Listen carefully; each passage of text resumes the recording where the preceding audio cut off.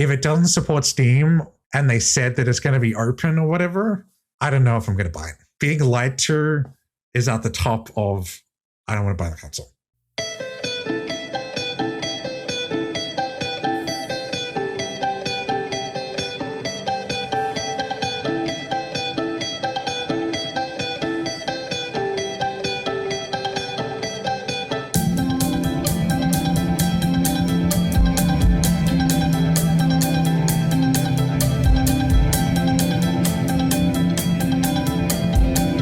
Welcome to Broken Silicon, a gaming hardware podcast. I am your host, Tom, and this episode's lead sponsors are ExpressVPN. You can get 4 extra months if you check out the link below. Also, you can get up to $123 off PCBs at JLC PCB, and then CDkeyoffer.com, where you can get Windows 11 Professional for just $24 with off-code Broken Silicon. And today is Matt from Alderon Games. I'm really happy to have him on again. And I must say, I looked through previous episodes, both of Broken Silicon and Die Shrink, and, you know, Matt was at the center of really proving the Raptor Lake failures thing unequivocally was a real thing, talking openly about why pulling PhysX support from Blackwell was actually a big problem for devs, and now they added it back, and then also talking about the PS5 liquid metal issue. So, you know, I want to say at the outset here, because we will be talking about PS6, XBOX Helix, Nvidia, RDNA 5, and this is always going to invite flame wars between fanboys. But, you know, I can argue until I'm blue in the face about why I just say what I think. And if for 1 year I think Intel's good, and then after Alder Lake I think it's bad, it's just because that's what I think. But Matt has gone out against anti-competitive things multiple times against all these companies. So I think this guest is a uniquely great one to have on to talk about the console, because you know it's just authentically what this person thinks. But please introduce yourself and tell people what you do. Hey, I'm Matthew. I make video games. I've been running my own game studio called Alderon Games since 2016.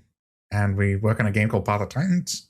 Been super successful. It's on every platform. So I'm working with these consoles and companies every day.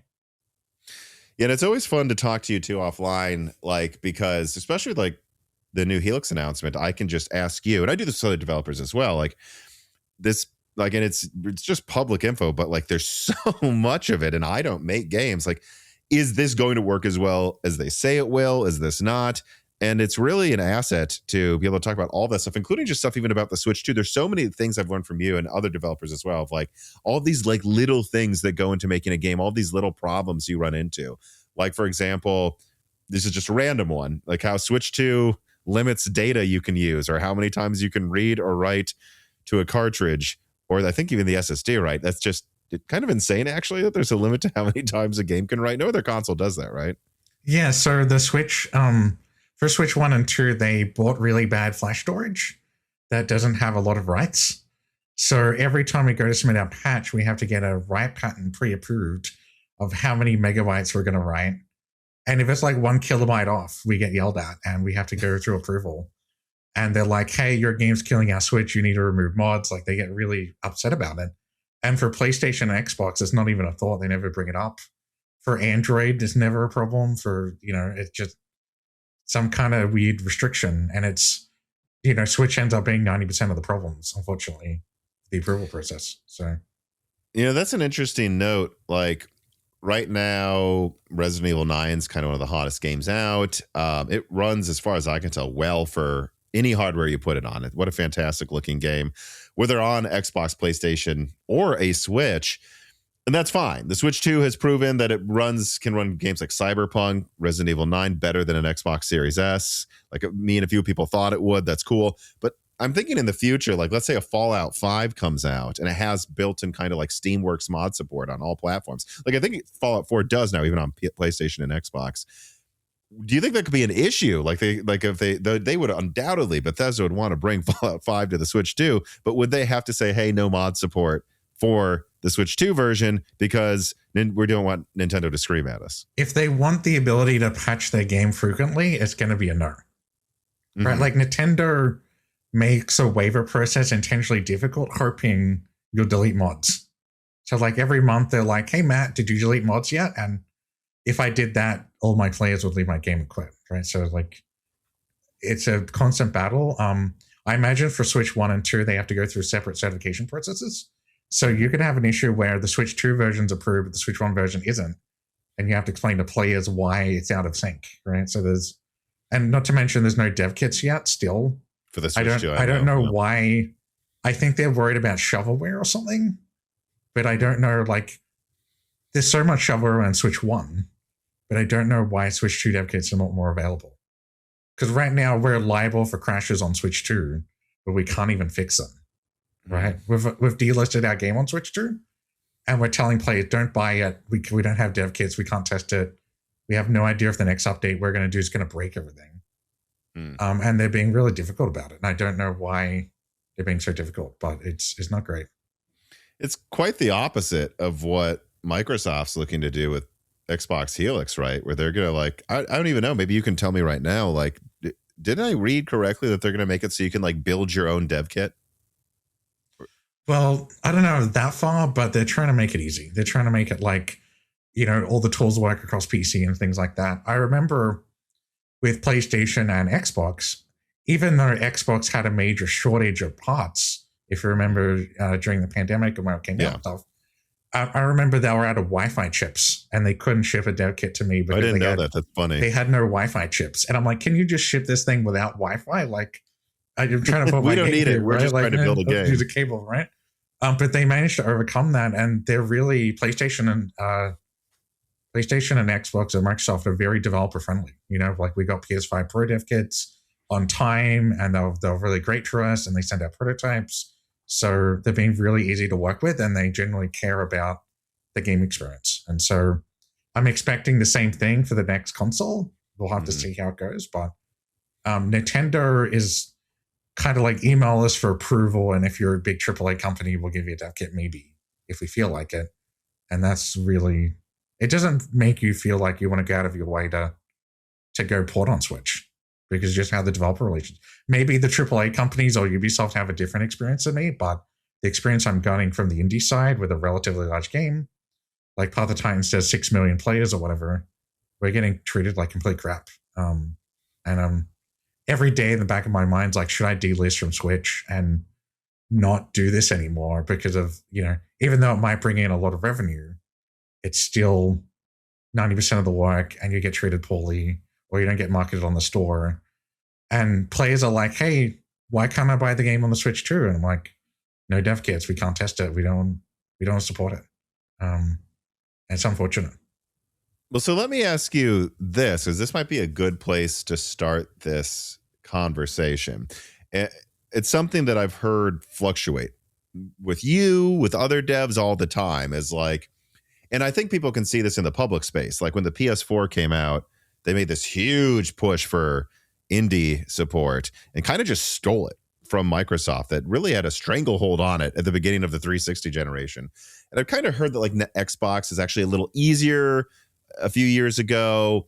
Is that like, what is it like now? Did you just say at the end of the day, especially compared to like other platforms like Nintendo, like it's really not worth debating? Or like, how good is PlayStation and Xbox support versus each other and just in general? And like, how are you kind of feeling about these consoles near the end of their generations? Well, so I obviously like all of them, right? But the company, like if I were to pick one, it would be Xbox in terms of developer friendliness, in terms of like they let us have a beta version of our game on the Insider program, and there's a lot of flexibility there. But they're both pretty, PlayStation and Xbox are pretty equal in terms of the support side. Like I can make a support ticket, I can get a reply and get help. So that's been pretty good. Nintendo, I will email and say, hey, can I get help with something? And it's, I remember it takes them 30 days to get back to an email. And then they yell at me for taking too long to reply to their email. Like there's like a double standard.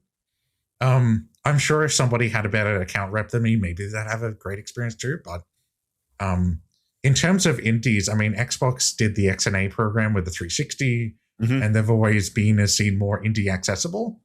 But realistically, to get on the platform, you need to send a game concept of what game you want to port to the console. And the platform needs a track record of like, because they have limited dev kits and resources they can give out. They don't want to just give a game to anybody. So they have to carefully pick and curate it.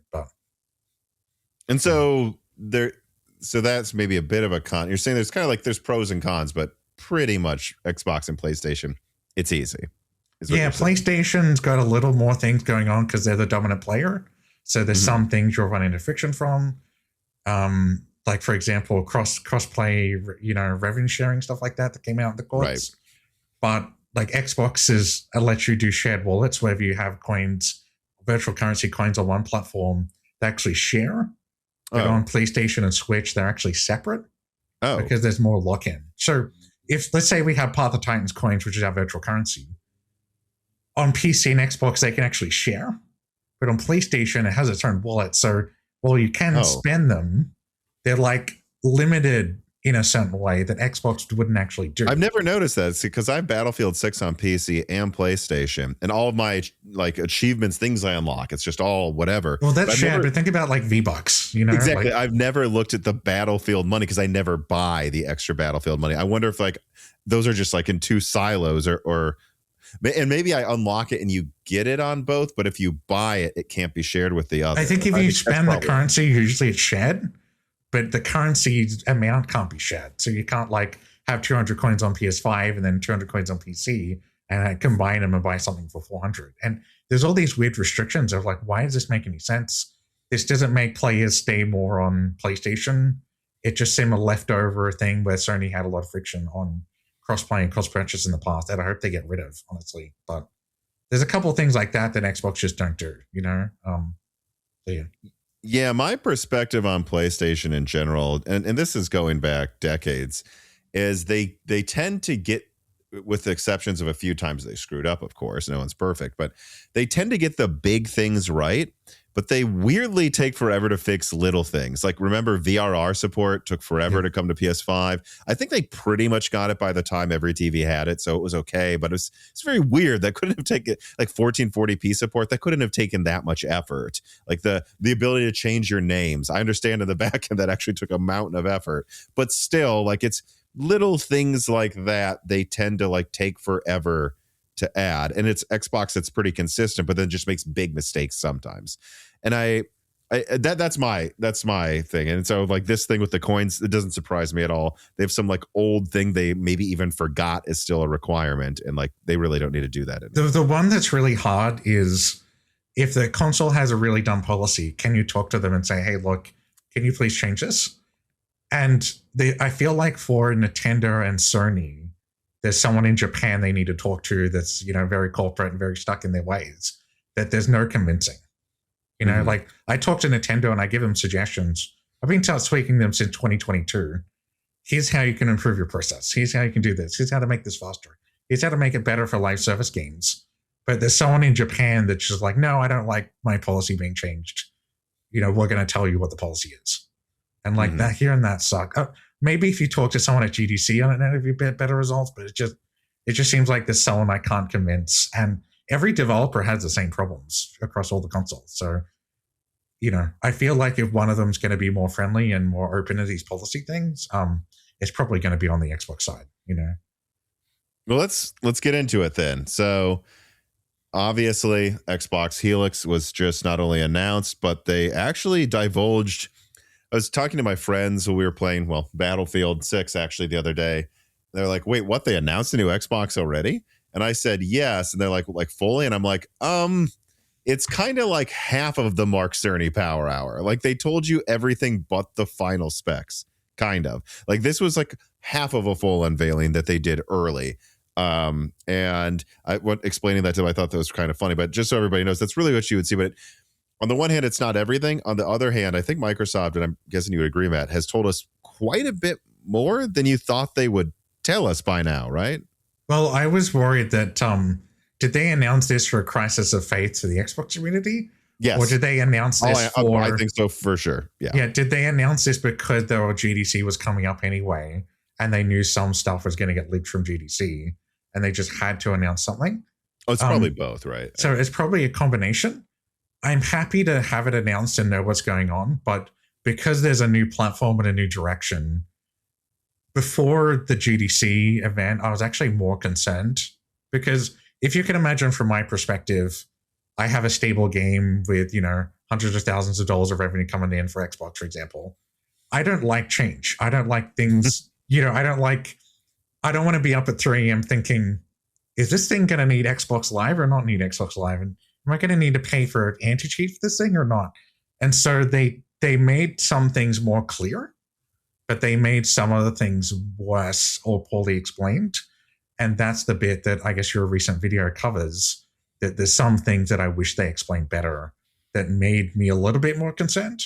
But there were some things like the GDKey packaging that actually made me more comfortable that we can port without stressing a lot about the packaging format being different. So that's probably my opinion on it. Well, yeah, I mean, when it comes to like, why are they announcing all of this stuff? And when I say this stuff, it's really the developer focused stuff so early. I do think there was a worry at Microsoft because like when I talk to some game devs, they're talking about their sales just going like not all of them, but a lot of them. They're like, oh, they're fleeing. Everyone is leaving and we're seeing PlayStation or Steam numbers going up.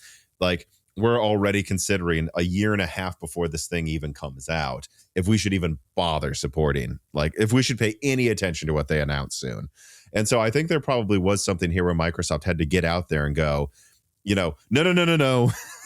You're going to want to support our next gen. And also they had to do that because devs might have just pulled support for the current gen games if they thought there was no point in putting in more effort. Because it's like, well, if they're going to just pull this console from stores in a year, why are we really putting all of this effort into porting?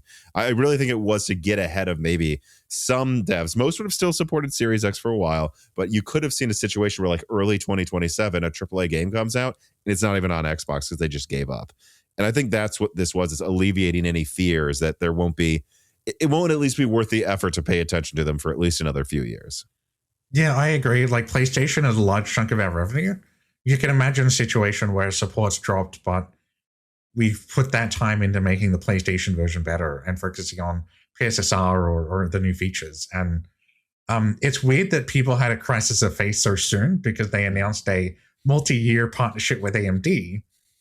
But with Phil Spencer and Sarah Bond kind of leaving, the crisis of faith came immediately back, right? And then you have this AI director that's like everyone's kind of suspicious about. Well, and exactly, because when Asha Sharma is put in place, people are like, oh, AI slop time, no one cares. That's one way to look at it, but I believe she was like a CEO of Instacart. Like, she's not someone who hasn't accomplished things. And there is a chance that what she represents is Microsoft going, we just need a different type of person to run Xbox, because letting a gamer guy buy up a bunch of studios and run them into the ground really hasn't worked. And we might actually need less of a leader and more of a manager. And she seems like her past was very successful at managing things that got done and then applied to other things. She doesn't need to play a bunch of games to do that. And so, yeah, I think for sure there was this worry that everyone was going to go, oh, they're about to just put this. I mean, what, like a former head Xbox person said she was there to like take care of them in hospice until Xbox dies. So yeah, there was a lot of worry and they probably had to alleviate that. Yeah, I just wish they hired somebody, someone back from the original team that actually understood the core Sarah values. Fryer is a name that comes up. Hired them as a consultant or something, or even Seamus Blackley or somebody that's like, because I think a new CEO is a good idea, but I worry that they don't understand gaming very well. And worry they're not going to understand the problems that game developers and gamers face. But we'll see how it goes. But it's definitely a concern. Well, and let's be clear. I tend to like to give a bit of a benefit of the doubt to anyone new. Like I actually liked Pat Gelsinger at first. I was happy to give Le Bouton some room. But that doesn't mean I'm sure it's going to work out. I mean, it might be terrible, but I do think there's so much negativity around Xbox right now. It's like, well, let's at least make and that's what I was just doing, the argument for why she might work out. But then also, again, the negativity, that's why they had to do this. But so let me just directly ask, I mean, you said you were worried about Xbox Helix quite a bit before this announcement. What were you most worried about maybe, say, a month ago? And what has been alleviated now and not alleviated? And just in general, what do you think about this plan for the next-gen console? So the worry I had was that it was going to fall apart, like Xbox is going to fall apart, right? So hearing an announcement and hearing the packaging going to be the same is definitely alleviated my concerns. But when they say like, hey, this is going to do PC games and Xbox games, I'm really confused, right? The language is very vague in these announcements, because on PC we have a lot of unique challenges that aren't on console, right? On PC we have to worry about anti-cheat and battle eye anti-cheat, and are people going to cheat, and what are the problems you're going to deal with? On PC we don't have to worry about weird Xbox restrictions, like with mods. For example, you can only have like 10 gigs of mods or whatever on Xbox on our game.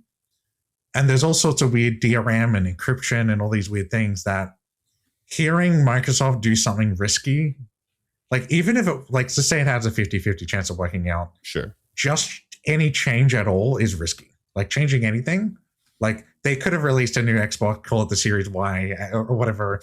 It's exactly the same, but it's stronger or whatever. That would be least risky to me. But the risk on their side is the business needs to be really big, right? So having them make changes makes it an unknown, and that makes developers uncomfortable. You know, do we just, you know, ship the PC version of our game and not worry about porting to anything, right? Is that going to degrade the experience?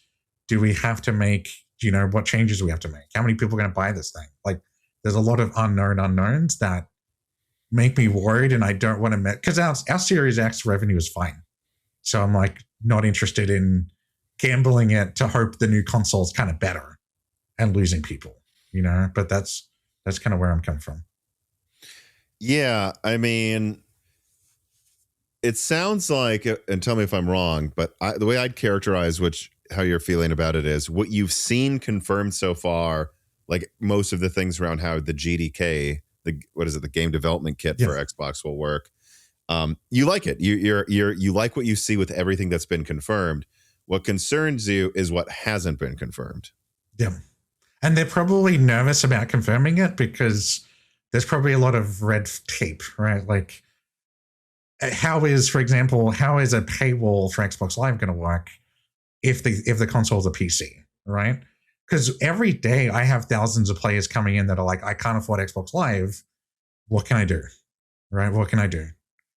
I could make my game free to play, and then the Xbox Live paywall won't be there, and thousands of more people can play my game.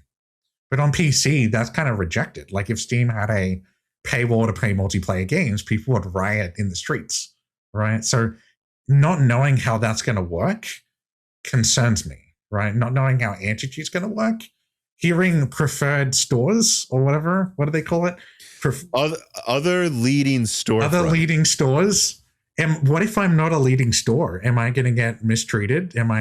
Can I be a leading store, or am I an indie developer and I can't? Because you sell your games directly from your website, and that's something I've grave concern for. Like, is it because what I outlined in my recent video is like, even if it includes Steam, you could see a situation where they have like a whitelist of like Ubisoft Connect, EA Play, Steam, and Epic or something.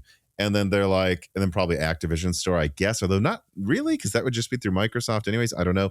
And then they're like, that's it. Like, if you want to download a version of Minecraft from, I guess that does, I think you might be able to still download it from the Minecraft website. I don't remember. Of course, you used to be able to. Or Path of Titans from you. Like, all of these games you can't get now, you have to get through Steam. And what does that mean, right? Well, we're not on the Windows Store because people hate the Windows Store, right? Yeah. You get a version of a game that's not really a Win32 game, that has DRM, that behaves a certain way, and it's kind of less friendly to modding and all these things. And people don't like Windows Store games. People buy Steam games for a reason. It's you have an exe, you run it, it's simple, there's no complication. So hearing PC games makes me think of like, well, the Windows Store is not a PC game. And is it going to be the PC game Microsoft Store kind of thing? And that sounds bad to me. That sounds worse than the previous Xbox, you know, in terms of compatibility. So I don't actually like this leading store thing. If it's hey, any store can be on here, that sounds nice. Hey, it's a PC. You can open a desktop environment. I can deal with that. We'll just treat it like a PC. We won't treat it like a console. But having this weird locked in, it's like sounds like Microsoft's going to compete on stores now and have store lock-ins. I don't like that. You know, people are going to buy a Steam machine instead. They don't like. Could you imagine if they didn't ship Steam on this thing? People would feel lied to. People would feel like, what the hell? What are you doing? You said PC games. That's what I thought you meant, right? And so I'm guessing you agree with my concern here, right? Because when they say other leading storefronts, and again, it's not about mentioning a competitor. If you wanted to make people maximally happy, you wouldn't mention Steam. What you would say is, this will play your Xbox games that you already own and all of your PC games you already own. There's a way to say something concretely that basically confirms it's some version of full Windows, and you don't have to worry. But saying other leading storefronts tells me like, well, do they already give you EA Play through Game Pass too, I think, or something? Like, is it just going to be the things you already get through Game Pass anyways, and really there's no storefront support beyond what's kind of already on an Xbox? The Windows Store could be a leading storefront. I don't know, right? Like, it's vague. If let's say it does support Steam, what's the incentive for developers to bother being on the Xbox other than being the default, right? If it doesn't support Steam, is anyone going to buy $1,000 plus console that doesn't run Steam? Like, there's two kind of bad directions that like are bad in different ways that I don't like, you know. And I'd prefer they be honest with people and just say, hey, anything can run on here and it's PC, and there's a Helix optimized game that says, you know, you can buy here, but yeah, it's an unknown. I don't like it. And you know, hearing that it's going to come out in 2027 and there's going to be alpha dev kits in 2027, and having all these answers in 2026 and no idea how it's going to work, I worry, are people going to be ready? You know, is Microsoft going to be ready for, say, killing the Xbox Live paywall, or are they naive and think they're going to keep it in? Right, You know? because that was something I was going to ask next is, how do you think the online's going to work? Because my answer to you would be, I think they have to kill the online paywall, right? Or this won't work. But then do they leave it on Xbox Series to keep milking the fans that don't upgrade? Because my answer would be probably. Yeah, the concern I have is they don't kill the paywall and Steam's not allowed. I think this thing's going to be dead on arrival, right? Is my concern, right? Because you're telling people it's a PC and you're not meeting the PC expectations. People are just going to buy a Steam machine or something else, or PS6 or whatever, right? So I feel like you have to kill the paywall, but I feel like they're not going to want to, because it's a huge revenue driver. You know, like they just increased the price of the paywall, unless they're expecting the paywall just to be Game Pass. That's such a good point. Right? Like the paywall, they just increased the price. They have multiple tiers. One of the tiers is online games only, no Game Pass stuff. Right? Is that whole tier going to get killed? Well, they've been kind of trying to kill that tier, though. So I would suggest maybe. I have potentially hundreds of thousands of players that right now are paying the subscription that are going to cancel it as soon as it dies, and their revenue is going to fall off a cliff, right? So they're trying to have a open thing, but a closed thing, and they kind of combine it. And I worry they're going to do the worst of both worlds, right? I'm worried that they're going to be uncomfortable about canceling the paywall, right? And what Steam does is Steam is everything open, right? But on Xbox, they have to worry about anti-cheat and people hacking the console and boot environments and all these complicated things that they engineer on. How is that going to work on the new console? And I worry they might have something that's half open, half closed, and gamers may reject that. And that's my real worry. I think they should either make it all open or go back to being all closed. But this middle ground, half open thing, especially if the paywall stays in, because imagine I could tell my players, hey, I know you have to download a weird launcher, but you don't have to pay Xbox any money, and it's cheaper and easier, and you're going to get updates better. They're just going to download my game manually. You know, that's my concern.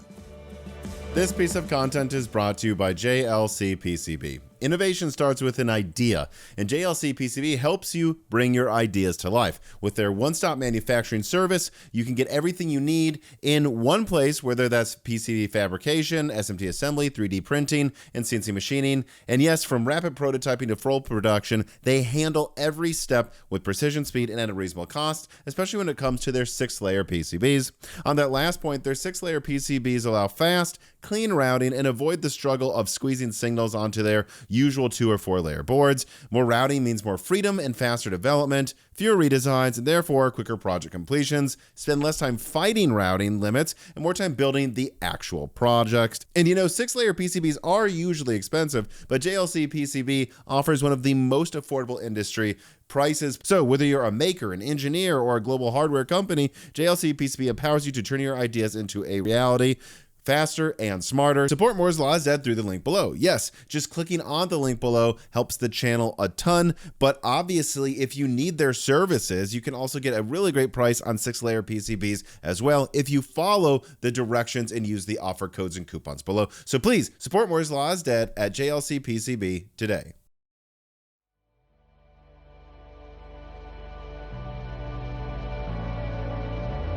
Yeah, so I think something to just outline here is I think there's like a best case and a worst case scenario for Xbox Helix. But either way, there's going to be something they do to make you to try to not use Steam, because that's the business model, is trying to get your eyes on their store before you want to use Steam. And so I'd say the best case scenario is likely there is a unified Xbox store. When you boot up the console, it does just, work like a console. Like truly it looks, you feel like you're using something analogous to a Series X. You go to the Xbox store in console mode and there's whitelisted, there's the Ubisoft store section, the EA store section, the Epic store section, and there's a deal Microsoft makes. I outlined this idea in the recent video of mine as well. Like Microsoft doesn't take a 30% cut, they take a 15% cut. And that way, they're kind of profit sharing, but Ubisoft gets to have their games right up there in the main store. And then that's how that works. And then if you want to download Steam, it boots out of Xbox mode and just boots Windows 11 or some version of it. And then it's like, no, it doesn't matter. You can use Ubisoft through the Windows store, or the Xbox Helix store, not even the Windows store, because that would be a separate thing, right? It'd be the Xbox Helix store in console mode. But if you want to use Steam, all of a sudden it's not as easy to use your controller. All of a sudden it's more like a PC. And so then they hope most people just get the Windows store. I think that's the best case scenario, is that's what they do, because there's no way they're going to make it as easy to use Steam. At least I find it unlikely. I'd be very surprised. Now, the worst case scenario is everything I just said is true, except you can't go into Windows mode. And there'll be like, it is a PC, but by that they mean you can only download things from the Microsoft store. So you can't use Chrome, you can use Edge, you can use Teams, you can't use, Zoom or Zencaster, or like all of these other things you could be using. And they're like, well, what do you mean? Like, it still does all of this other stuff, and it still plays all of your PC games and can use Microsoft Office. And I think in that scenario, it could backfire quite a bit. But would you agree that's probably the best and the worst case scenario? Do you have any thoughts? Yeah, and they could always update the console and say, hey, look, we actually made the wrong call and we're just going to open it up and ship an update. Why don't ship that update to the old consoles? You know what I mean? Why? If it was an ROG Ally and it worked exactly the same, but it was a box, that's cool. I could deal with that. It's open. You can run anything. But if it's going to be semi-locked down, semi-not locked down with a paywall, I feel like that's going to fall apart. So I hope they don't do that. But I just don't know if that executive at Microsoft really understands. Have they done the math on how many people subscribe to Game Pass just for the online feature? And if you kill that, are you going to kill revenue? And that's the big question.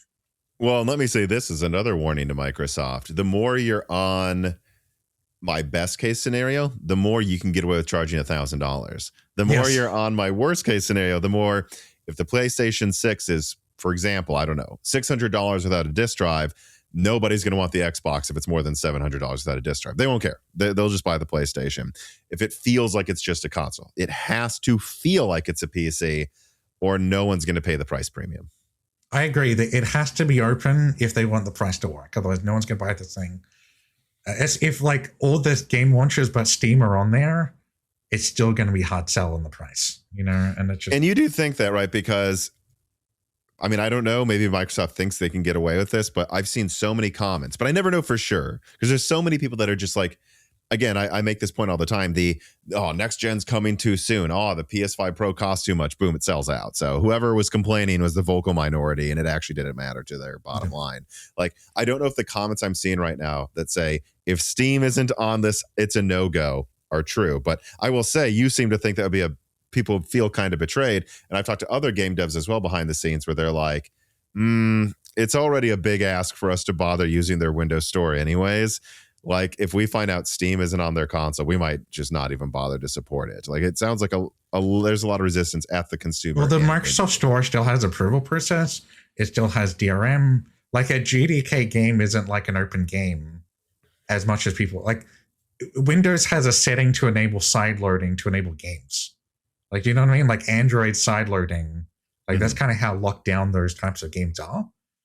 And I don't see you building for GDK and shipping on Steam and it all working out the same way. You know, it just I agree. And I think this is something people aren't getting when they're like, and maybe I'm wrong, but when they're like, oh, but then why wouldn't I just make it for Steam if I can put it on GDK? And it's like, because they're trying to make you not put it on Steam. If you look at the GDK pipeline, they're trying to make it as easy as possible to develop a game for Xbox, Magnus, or Helix based on its specs, and then bolt on a few things that now can also launch on Steam or anything else, and then also port it to Series X. But that's what they're hoping. They're hoping you start that process and then go, we don't need to bother with Steam. Like, and that is the entire model. The GDK workflow, they also want Xbox Live Friends to be outside of Xbox. You know, they want Xbox Live Friends to be accessible kind of on any platform, in any game through the GDK kind of thing. So they're almost doing a PlayFab online services competition where they're trying to have this more seamless process, but I don't know if it's going to work. It just seems like a really rough bet. Because we run our own online services and we have cross-play, and we have Alderon Play Anywhere where you can buy the game on Switch, get it on mobile and PC for free. That's cool. There's no problem. You know what I mean? Nintendo doesn't have to do anything for us to do that. So I worry that like Xbox Play Anywhere really going to be an answer. Because if it was, you'd just give people Steam keys. You know what I mean? Like, that someone will work out a deal and be like, oh, you bought the game on Xbox, here's a free Steam key. Because we give a free copy on PC for our launcher if you buy it on Xbox. So like, why would we even use Xbox Play Anywhere at that point? You know, like it makes no sense. Well, I mean, that brings us to another thing, which is that this is an Xbox thing is gone. And I saw, and it's funny, I saw some people like going through the mental leaps I went through when I made the video in the comments of my last video, because you see people go, well, actually, Tom, they did show Steam in advertisements for the Ally X, and then they went, oh, wait, those advertisements are no longer online. Maybe you're right. And so the scrubbing of this is an Xbox thing, I think there could be because that was a Sarah Bond, the previous Xbox, one of the heads of Xbox. That was apparently her initiative, was everything's an Xbox. Let's open up. Let's not tell people they need to even buy one. And it seems like there's a sentiment inside the company that utterly failed and that she was fired for that. And in response, you could see Asha Sharma coming in and going, we're going to try two things, which is kind of crazy. We're trying to do them at the same time because they sound almost like they're in friction against each other, but maybe they're really not, which is, we're not going to say everything's an Xbox. Actually, we want you to buy an Xbox for sure. What we're going to say is an Xbox is a PC. It's almost like they're going about it the opposite direction. It's not everything's an Xbox. This is an Xbox, but an Xbox is also a PC. And in that way, hopefully we capture our existing fans and then make it a pipeline to PC and to nothing else. No PlayStation, no anything. And they're kind of trying the exact opposite approach while still trying to claim they're more open than the competition. Yeah, I feel like if they did this is an Xbox 3 years from now, when everything was already ported over and cross-compatible and all the games worked, it probably would have been the right time, but it's too early.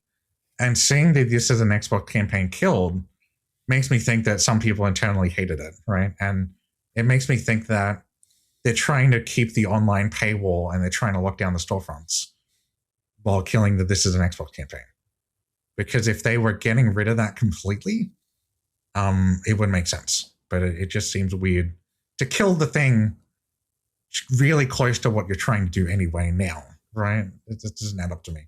And so again, that's just where it's like you said, we have answers to some things, we don't have answers to others. And the way they're acting, it's like there's something they haven't told us.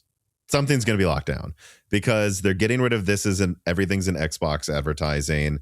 it's clear in the GDK kit that technically you could make a console exclusive still to the Helix, which is interesting. Again, some people in the comments were like, well, they're not going to do that. It's like, no, I know. I think 99.999% of devs won't do that. But it's interesting that the fact that you could use the GDK to make a Xbox Helix exclusive and not bother to do the extra work to make it work on PC tells you that this will be locked down. Otherwise, that wouldn't even be a thing that they have to explain. So this is clearly still a console in some way. We just don't know, is it that we can't download Steam? Is it that Steam is put in at the kids' table at Thanksgiving and they don't get to be with everybody else, so you don't see them as often? They could have it run like a virtual machine and just give it a little bit less power. Like, oh, if you want to experience the true power of the NPU or this feature or that feature, you really got to buy it from our store on our console, on our game, or whatever. I mean, yeah, and they could argue this was in the GDK. They're like, we have performance guarantees, like what all these hardware guarantees. We have all of these performance boosting features we're going to have. And it just has to launch through the Windows Store to use all these features. And you'll see benchmarks where now that I'm saying this, maybe this is the strategy. They will be like, here's Assassin's Creed Shadows running through the Helix Store. Here's it running through Steam, Hardware Unboxed, benchmarks it, and that's like a 20% boost in performance, and it's also easier to launch the game. And they're like, it's cheaper on Steam, but you probably want to just get it from the Xbox Store, don't you?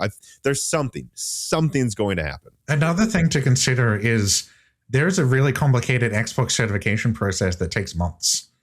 And Steam is just, you hit upload and someone checks it's not a virus. So like, as a company going to save millions of dollars and a month or more of work not getting approved for the native Xbox Store and just ship on Steam. And I feel like that's a huge friction barrier that people aren't thinking about, of like how much extra work it is. Like, it could cut down months of development time or half a year because it doesn't have to go through the store certification. For players, that might be bad because they now get a game that's less certified or compliant or whatever. But for developers, they may not bother. So they're trying to make it easy, but it's also really hard anyway. And there's going to be a question of what's the point? And that's my real worry, With PlayStation 6, there's PSSR requirements. If you implement PSSR wrong, Sony might yell at you, right? Like there's restrictions. But with this open platform, it's not really going to work. So it just doesn't add up, just the weird line they're taking. I just have a rough time seeing it work out. Yeah, and this is the thing that annoys me with, journalists that will do these interviews with Microsoft people, and they'll just be like, it looks great. How are we going to have fun? And they're like just the biggest softball dunce questions. It's like, dude, question 1, 2, 3. Can we install Steam on there? Like, could you imagine if I was at GDC and I actually got a mic up to a head of Xbox or like Booty or something, and I'm like, hey, can you install Steam on Xbox Helix? That's just it. They'd be like, well, we're not sure about that yet. So you can't. We're not sure about that yet. So I'm going to take that as a no, because you said other storefronts. You could see them. This is why these companies often don't want to talk. Is Steam a leading storefront, So Steam is not a leading storefront. I thought they're number one. Like this is man. Like the question should be this and then that and then that and that again. That is all any person who calls themselves a journalist should be asking Xbox right now, because this is a crazy red flag and this is what everyone wants to know. So hopefully anyone, I know some journalists, I just was interviewed by a few fairly large websites, like, do your job, guys. Do your freaking job. And there's journalists out there assuming that we're stupid and it's always going to be yes. Oh, yeah. It's always going to run Steam. And like I said, I hope they're right, because but if it runs Steam, for sure. Like, yeah. And if they say, hey, it runs Steam, answer what's happening in Xbox Live. Answer what's happening with, can we run a desktop environment? Can we run is it going to be exactly like the ROG Ally? It's a shame we don't know. Melodic Warrior writes in and says, hey Matt, hope all is well. I've been poring over the documents and postings from Microsoft about their new tools for various features for DirectX. I'll pick out the tool that I think is most important, DirectX dump files. Is it about damn time that they provide a way for developers and hardware vendors to natively analyze bugs and crashes from the API? From what I can tell, this tool is going to make a huge difference in being able to sort out the more painful issues. However, what gave me pause is out of all the hardware vendors, AMD is the only one with additional documentation on the matter and possibly Microsoft's closest partner on this new tool, from what I can see. AMD promised full support for all of their CPUs, APUs, GPUs for this venture. And so from your standpoint, do you think this will be a revolutionary step or an evolutionary move into better debugging and development pipeline resolutions on PC? Immediately, my answer is it makes me wonder if, again, this could lead to more stability issues on NVIDIA versus Radeon. But what would you say to his question? So there's a tool out there called Nvidia Aftermath. I don't know how many people have heard of it, but it basically does the same thing, but only for Nvidia cards. And it's locked down. Okay. So that's what people are using right now. Like Epic Games added Nvidia Aftermath to the Unreal Engine, and that's the process right now. Support the Nvidia card, AMD cards, well, man, whatever. They're in there in Playground, right? Having a universal dump tool is amazing. It makes me question, why haven't we had this like a decade ago or 2 decades ago? You'd figure this is like a basic thing, but I'm so thankful it's here. We're definitely going to add it in. Hopefully it works. You know, getting all the GPU vendors to play ball with each other is really hard, right? Just having them, like, for example, the new Xbox is adding neural texture compression. Mm-hmm. It sounds like a ripped off NVIDIA feature to me, but the fact that we can agree it's a standardize it and have a standard API for it is a win, because we don't have to implement NVIDIA specific plugins like GameWorks or whatever. So I think standardization is always a win, no matter what. Like Intel, Qualcomm, NVIDIA, AMD, if they can all standardize on the same thing, it makes our life easier, you know? And the GDK is like a standardization for like Xbox One, Xbox Series, Xbox Helix, and PC. So if they can standardize crash working and dev kit workflows, I think it's going to be huge. And I look forward to adding it in. I'm sure there's going to be problems, you know, and we have to wait, was it half a year for it to be released? But I'm looking forward to it. Sarah writes in, what do you think about Microsoft's GDC reveal of advanced shader delivery, the DirectX, where precompiled shaders are included with game downloads? My initial impression was this sounds really cool. And I'm happy they're solving shader delivery, but the inside of it makes me horrified. Okay. And just to explain some context of how that works, the whole compiling shader things is a horrible, I guess, technical debt that I would say, where we have shader starter and we've been having it for like a decade with DirectX 12, right? Yeah. The problem is each vendor does things differently, right? If you have a GTX 4050 and a 4060, and at 2 different driver versions, you have so many different shader permutations. And the expectation is the game developer is going to compile all the shaders for you for every driver version and every GPU SKU. So it's not even just per GPU, it's per driver version as well? Yeah, so think about, you've got like AMD, NVIDIA, Qualcomm, who am I missing? Intel, right? And Intel has like different architectures. So you have four GPU vendors multiplied by how many driver versions you want to support. Let's say it's 100 driver versions multiplied by how many SKUs of product you have. So a 4070, 4080, 4090, whatever it is, 5060, whatever. So this, and it's even like subvariants, right? Like a 5059 gigabyte is its own thing versus 50. Yeah. Now I don't know how much it's broken down, but I know it's broken down a lot. And I know each driver version could be different. And so there may be a terabyte or more of shaders per GPU vendor or more that some poor bastard has to like maintain a GPU farm rendering, right? And I worry that that's a huge burden compared to like just compiling it on your PC for 10 minutes and waiting. Yeah. That sounds like a huge burden. And it's changing the shaders from being a compile to a download. Maybe for a really slow CPU, it's probably a huge win. But I feel like if Microsoft just got them to standardize the shader pattern more, even more than it is now, we could probably do a better job. So it just... I was going to say my Strix Halo laptop and my 4090, for different reasons, Strix Halo is unified memory and a really low latency CPU. The 4090 is, well, it's a 4090. It's quite fast.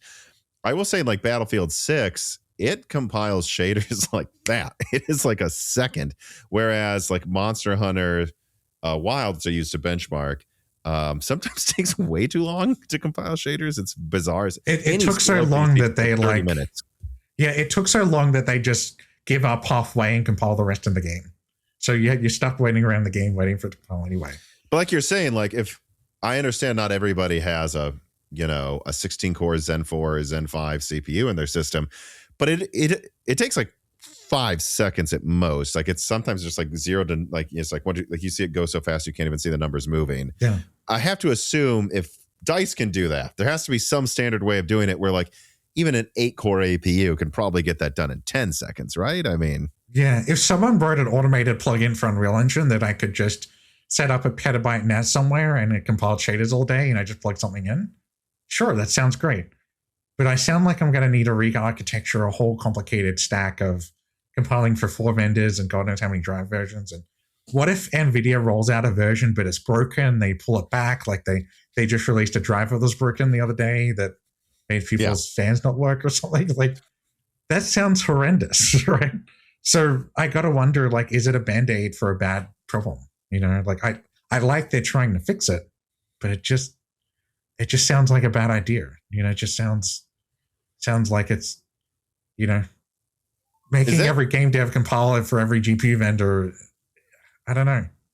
Is that true for like PlayStation 5 and Pro, Series S and X? Like every time a new game developer patch for the dev kit comes out, do you need to redo the shader? So the answer is no, right? So they have it all locked in. So you do an Xbox build, it pre-compiles all the shaders, and then it's done. There's no. So that's if the console updates the GPU driver, because there's that VM like GameOS, there's no recompiling because the PlayStation updated. So it's just unified. You know exactly what the hardware is. You pre-compile to it, and there isn't a problem. So the fragmentation is what kills gaming and game compatibility. And that's the problem. Carbon Cry writes in, is the console lock and move from hardware lock to storefront lock? Steam Machine is Linux, but the native store is Steam. Helix is a PC hybrid, but likely has Xbox Store as the lock. But how does that work with antitrust breaking of App Store and Play Store? Aren't consoles too late to the storefront lock-in game? Well, we remember with the Epic Games lawsuit that Google Play had to add stores and iOS had to add stores in certain countries. So I wonder if Microsoft is doing this open storefront thing because they know eventually PlayStation might get some kind of lawsuit against them for not having stores. All right. They might have seen that ship has sailed, and that's why they're doing this multi-store thing, because they know coming down the line, the store lock-in is going to be hard to enforce. That's probably a factor.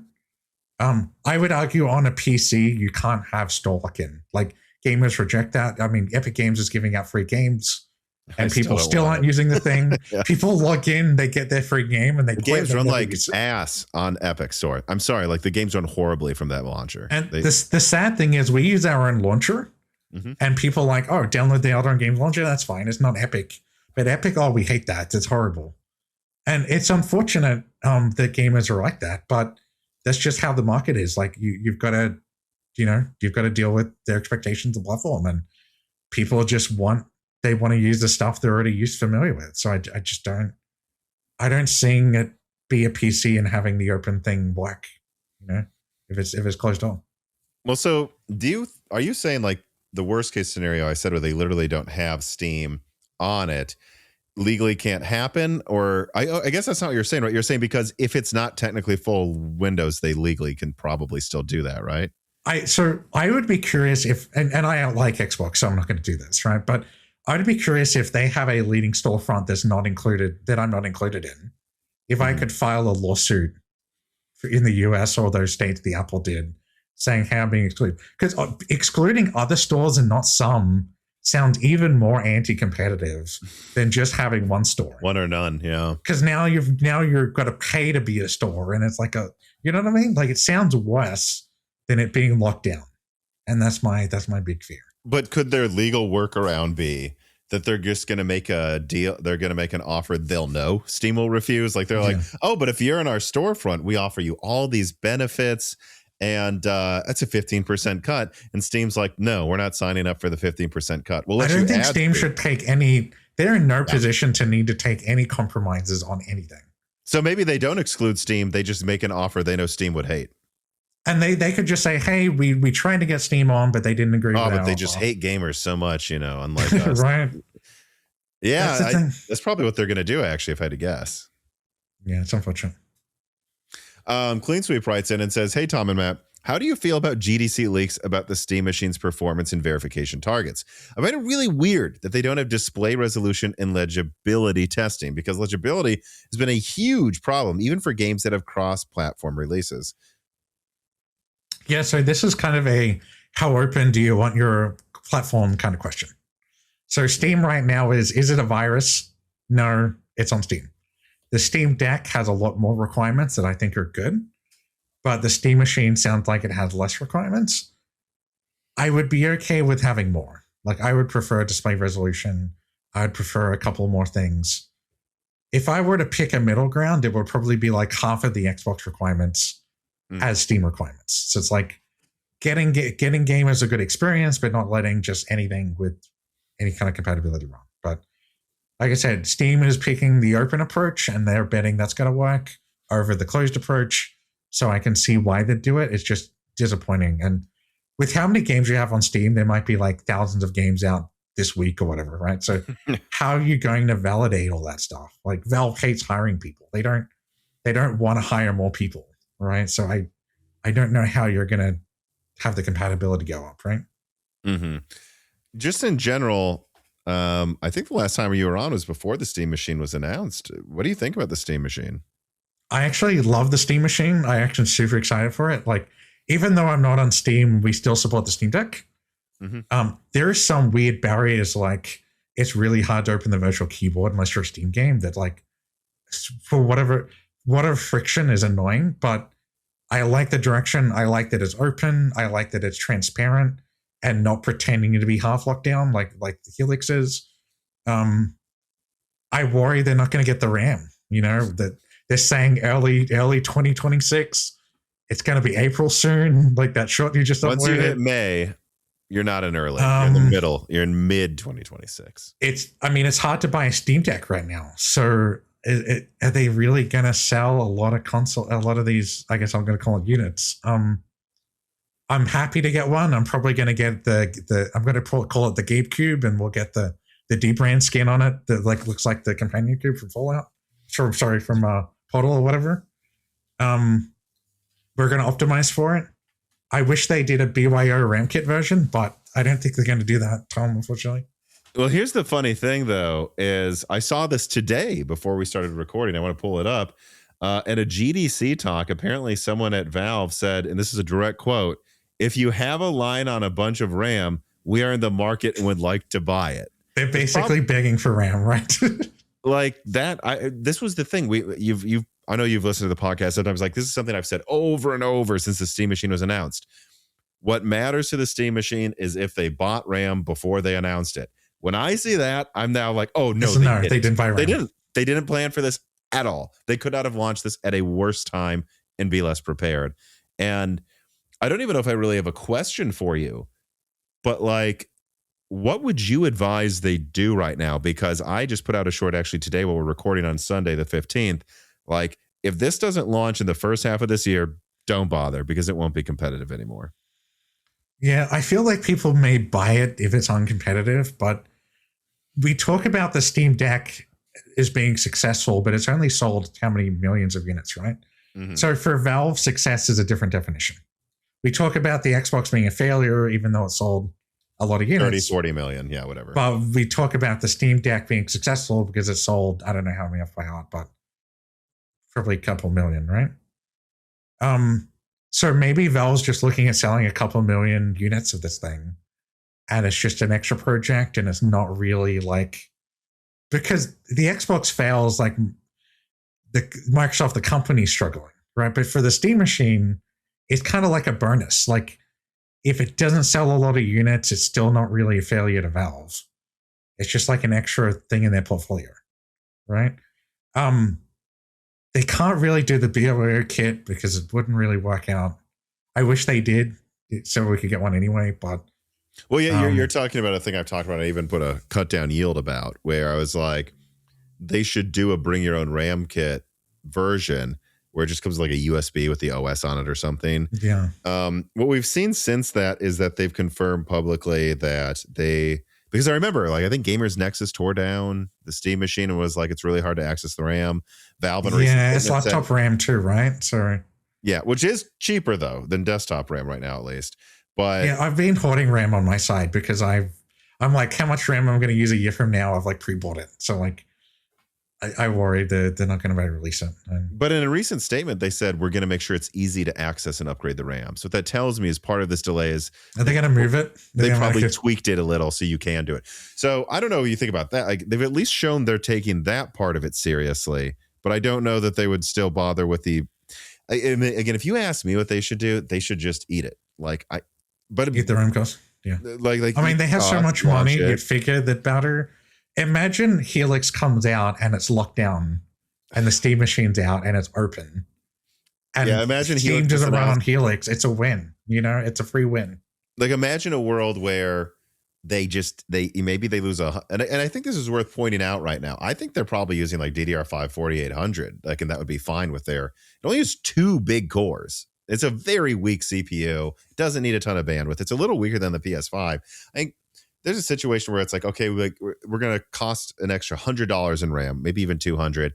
Whatever we were going to sell it at $100 profit. For the first 6 months, we're going to sell it at $100 loss, whatever. But if they got out like a $499 open platform that has FSR4 support because they poured it for it, and actually kind of performs a little better than the PS5 because of that, and they just get that out now, and then in a year, Microsoft announces a $1,000 console that doesn't run Steam. I mean, they could eat all of their Xbox Series S customers and bring them over to Steam machine. It just seems like it'd be such a lost opportunity to not. I mean, it's like, again, like, I don't know if you ever watched the show Succession, but there's like this one big scene where he's like, you're not serious people. Like, Gabe, are you a serious person about this or not? Because you're starting to sound, you're saying, does anyone have RAM? Give us a call. You're starting to sound very unserious. And if I was a potential Steam machine customer, I would look at this and go, well, I don't even know if I want it anymore, because this tells me they're not even serious about it if they didn't think about this stuff. And what if I buy something that doesn't have any support soon? I mean, the first Steam machine initiative fell completely apart. Yeah, so the only other thing I don't like about the Steam machine is they kind of upsold 4K 60 FPS kind of compatibility, assuming it's going to use FSR. So that's a little bit, but it's like it's a little bit weak. It wasn't a lie if it launched last year, but if this launches in 2027, no, it's not doing 4K 60 with FSR for anything, really. Yeah, and you also have to look at like RDNA, and the new versions coming out. It's like getting a little bit old. I feel like it would work out, but is it going to launch in 2027, the same year as Helix? And that's when they get the RAM, and that's when the battle's going to be, and it might be a little bit too weak. But yeah, if Helix is locked down and expensive, it could look like a good option, especially if the price is right. Mm-hmm. But yeah, I guess I just want to say this too. One of my best performing videos of last year was about the Steam machine. I've had on Steam centric, like Steam Deck, Steam machine centric YouTubers that I've had a lot of fun talking to on Broken Silicon. I love the idea of a Steam machine. I want it to succeed. And so I just want to make that clear when people see me being very critical. It's like, well, I'm kind of critical of everyone. And right now, there's real questions I have now about if this is even possible anymore. And again, like when I say, oh, why wouldn't they just eat another $100 in cost for the first 6 months? I mean, maybe it's not about that. Maybe it's not about cost. They just literally can't get the RAM. Well, it's a logistical thing. Imagine if you gave someone, here's $1 million, go buy RAM. Where are you going to buy it from? Who's even going to sell it to you at any price? Like, that's the problem, right? Yeah. Can they contact a laptop OEM and say, hey, don't launch your laptop, and we'll pay you to not launch it. Give us all the RAM. Right. Yeah, that's the thing I've also, and I'm just going to say it now again, just because I think everybody needs to get this through their head. The issue isn't the cost of RAM. I understand it's insanely expensive on Newegg. That's because, for example, Corsair doesn't have it and they have to charge more. But behind the scenes, I'm telling you, HP is not paying that much for RAM. Not even close. The concern is, can you get it in the first place if you're a big company? Sony seems to be able to so far. but some other companies seem not to. And like OpenAI bought up all the RAM. It's not about cost. It's about, I don't even know if these companies can get it in the first place, no matter the cost. Yeah, I had trouble buying Supermicro servers. I was like, can I buy these without RAM, please? Like, because I think it's non-RDIMM RAM is the RAM that's kind of very limited right now. Mm-hmm. And so I tried to order some servers and they literally they won't let me buy it without RAM because they want to validate it as like a whole, whatever. It's unfortunate. A lot of people think VPNs are just about watching Netflix libraries from other countries, and sure, that can be part of it. But honestly, in my opinion, the bigger issue right now is that your internet activity is being logged, tracked, and in some cases, literally sold by your ISP. Plus, if you're somebody like me, your work setup changes all the time. Different networks, different locations, different devices. You should want consistency. And that is where ExpressVPN comes in. It is the sponsor of this piece of content, and it encrypts 100% of your internet traffic and routes it through secure servers. So your ISP, your Wi-Fi owner, and random third parties can't see what you're doing online. And then beyond that, it's also fast enough that you forget it's even on. They use premium servers and their own lightweight protocol, so you're not tanking your speeds just to stay private. And actually, the benefits go beyond privacy. It's also genuinely useful. You can change your online location across more than 100 countries to access region-locked content that you're paying for but just can't usually access without a VPN. And furthermore, ExpressVPN has also been independently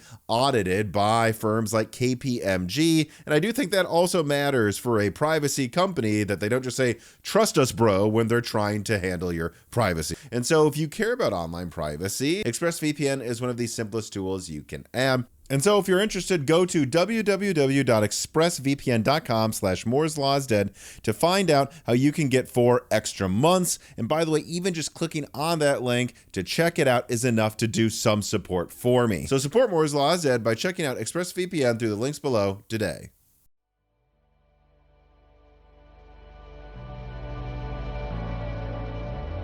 Mr. Sideburns writes in and says, regarding specific speculation that Valve is porting FSR 4 for RDNA 3 GPUs that use SteamOS, I have a question.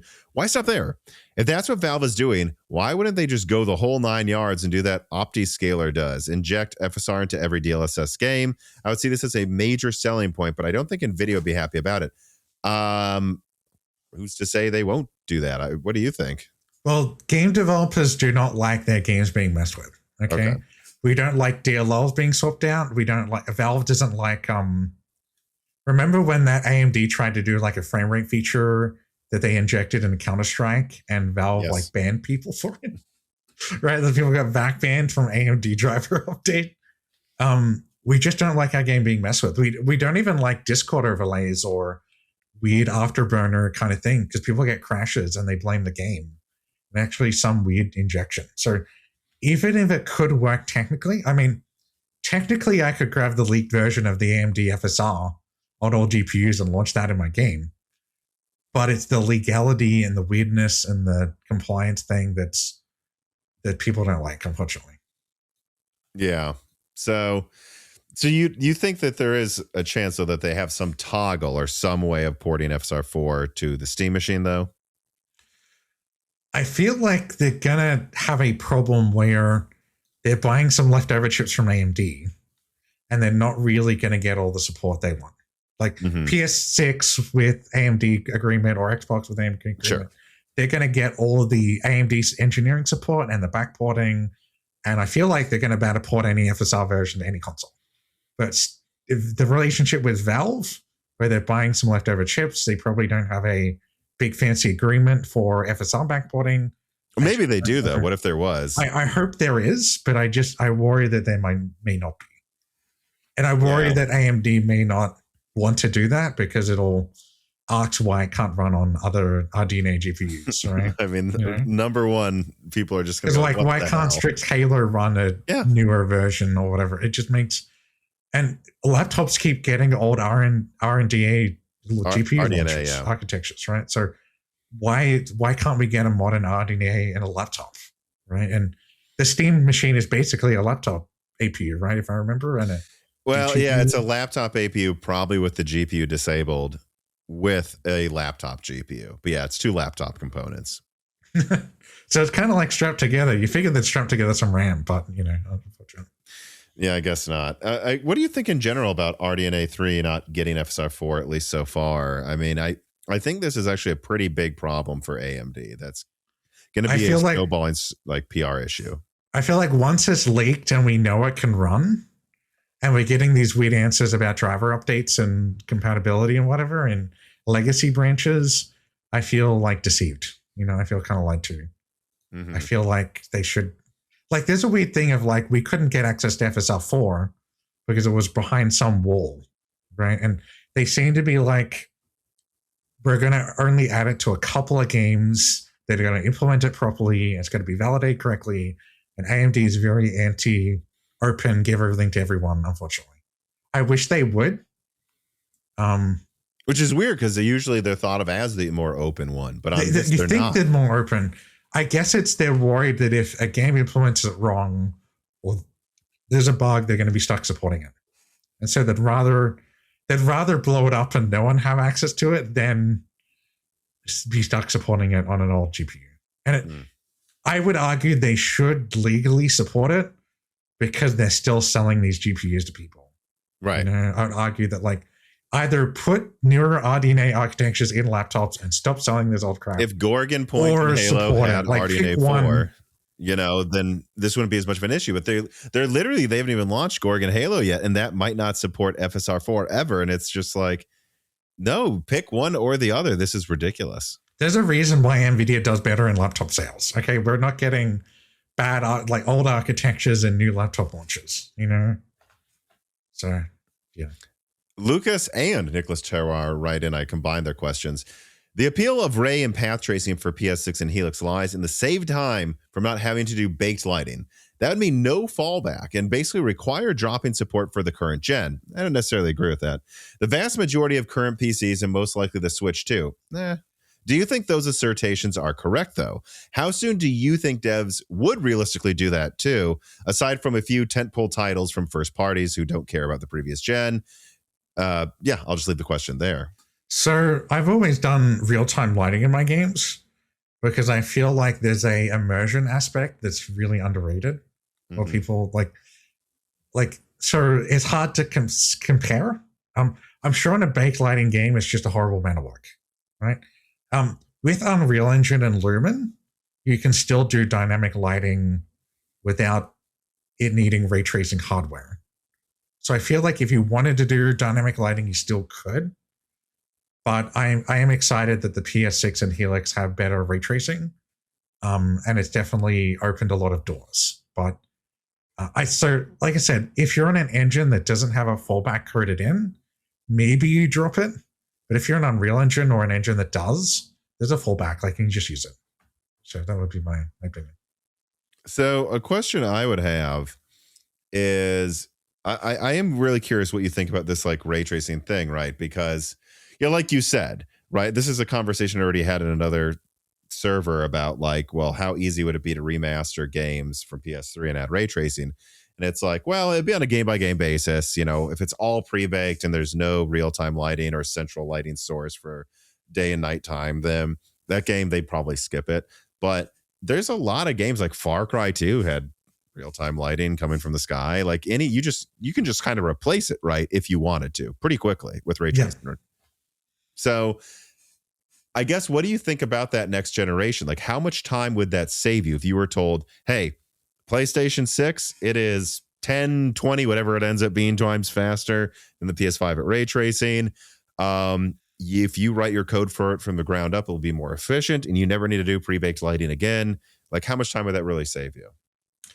I feel like if you're using Unreal Engine, if you're not factoring in the time it takes to bake lighting, because there's development time and then there's compute. There's some games that are it's going to take 3 years to bake lighting. And it's, whatever. So that would cut off a huge amount of work.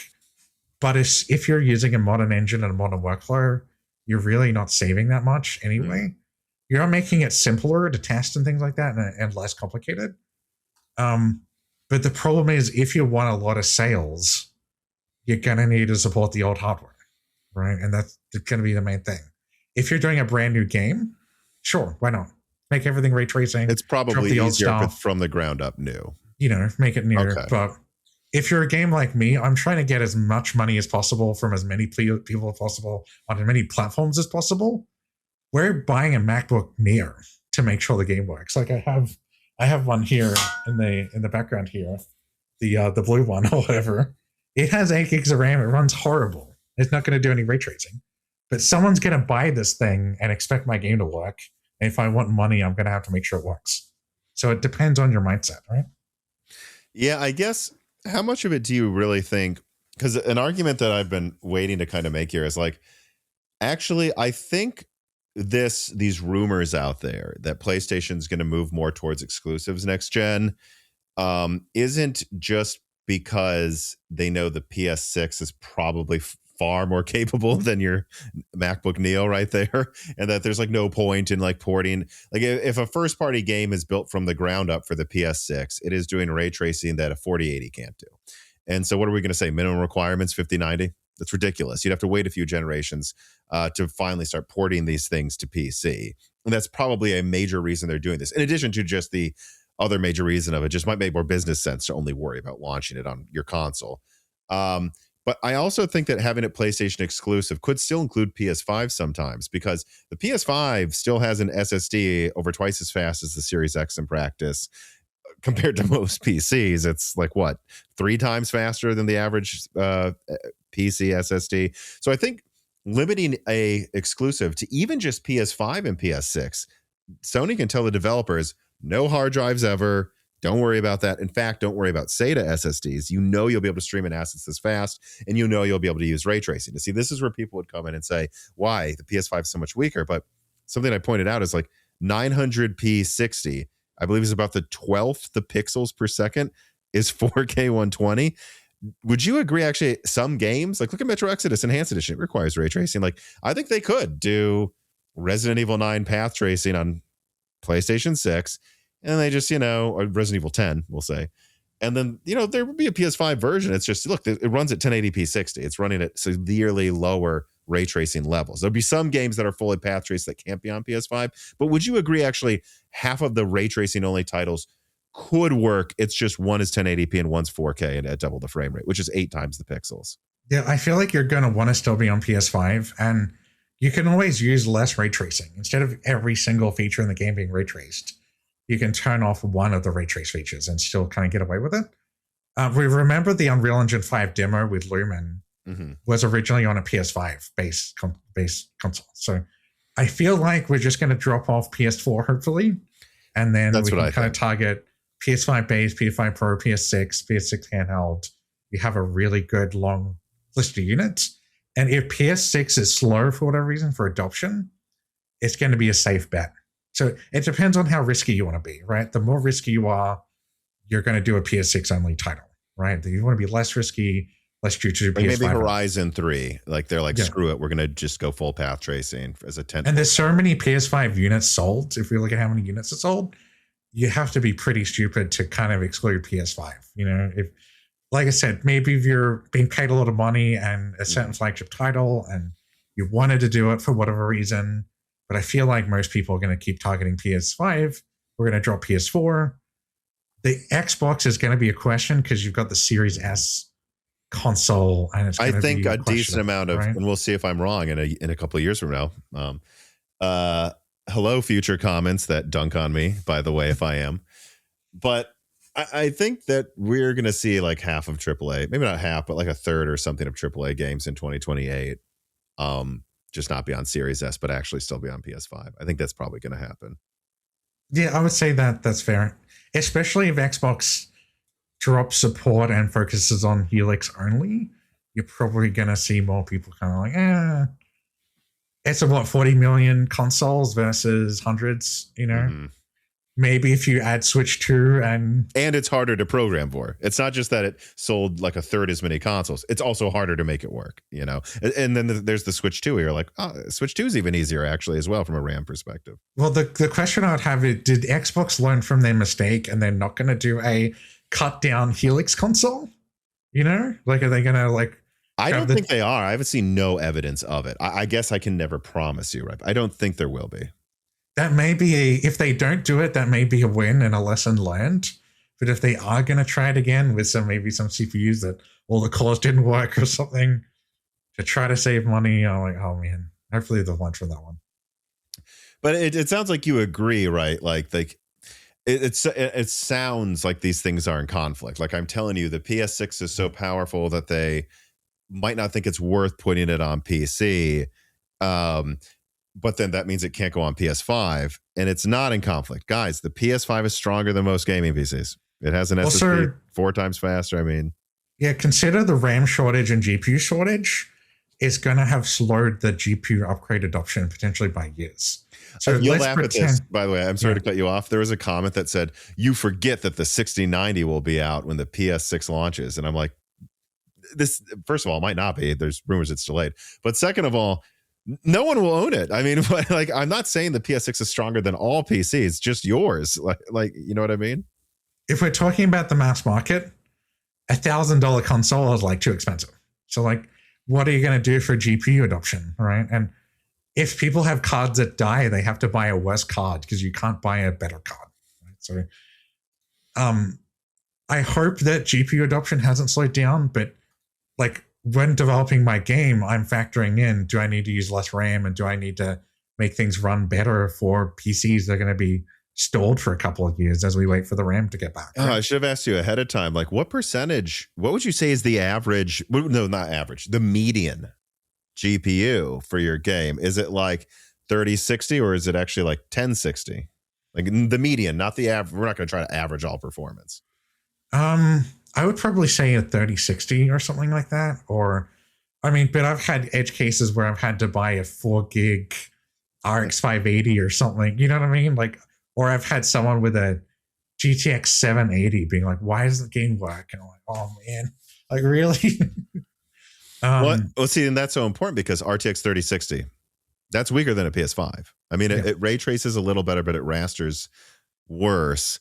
And it's not as optimized as if you program to the metal for the PS5. And so, and a lot of the PCs. And it has less RAM too. You have less system RAM and less GPU RAM as well, right? So, and a lot of those PCs that are going to have a 3060 are going to be PCs with just a SATA SSD. There's like, what, 550 megabytes per second at most. So a tenth.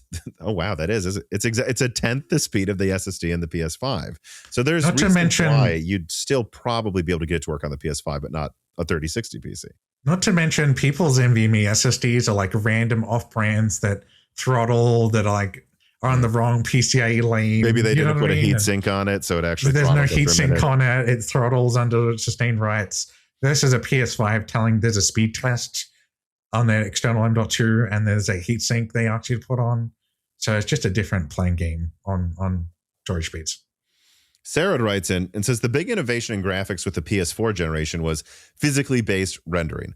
Well, PS5 and Xbox Series X and S had support for lighter ray tracing. SSDs for that one were definitely the most important thing of that gen. With the PS6 and Xbox Helix, games being built with ray tracing as a requirement will probably become the norm, combined with machine learning upscaling. Do you think next generation console uplifts will be perceived as larger than the move to the PS5 and Xbox Series X and S gen if they are visually noticeable through effects like RTGI or path tracing? So I'm actually super excited for the new consoles for the ray tracing and the machine learning stuff, and the upscaling. But I do wonder, Sony has had a hard time getting people off PS4, right? I still have maybe like 30-40% of our PlayStation users on PS4 still. Are they, the real question is going to be, are those people going to see a difference noticeable enough? I'm hoping the answer is yes, right? I'm hoping like ray tracing and, the ML upscaling, hopefully it's going to be yes. But on a PS5 Pro, let's say you already have a PS5 Pro, are you really going to upgrade for a ray tracing improvement? It's going to be hard to say, right? Like even though it's like 6 to 12 better or whatever your numbers are, is that really going to be a thing of getting the stubborn people to upgrade, right? Mm-hmm. And that's why I think people will probably still target PS5, but PS4 people will probably be like, oh yeah, it's big enough upgrade. Yeah, I think the PS4 people, didn't see PS4 to PS5 is as big as PS3 to PS4, which I guess we can debate if that's true or not. I actually would argue that a little bit, that might not be true in my opinion, because it depends what you mean by better. Because dude, get out of PS4, try to make it work. I mean, it is so slow and sluggish. I mean, I'd rather use a Switch 2 or something really weak that has an SSD than any PS4, but that's neither here nor there. But I think if they went PS4 to PS6 and PS6 was a reasonable price, they would go, oh, this looks like PS2 to PS3, so I'm done. Like, I'm upgrading. I would think. Yeah, I agree. So I'm sure there's a segment of gamers that really care about ray tracing. There's a segment of gamers that just turn it off and they don't care that much, right? So, but they turn it off because it sucks. The performance is bad, like if right? it didn't suck, I don't think they'd turn it off. They'd probably leave it on. Like I said, the performance is good, especially on console like PS6. You probably ship with ray tracing without a toggle because it just runs fast. Oh yeah, for sure. So people just like, oh, the game looks better, I'm just going to play the game, right? But it's the stubborn PS4 people are probably going to be like, games look realistic.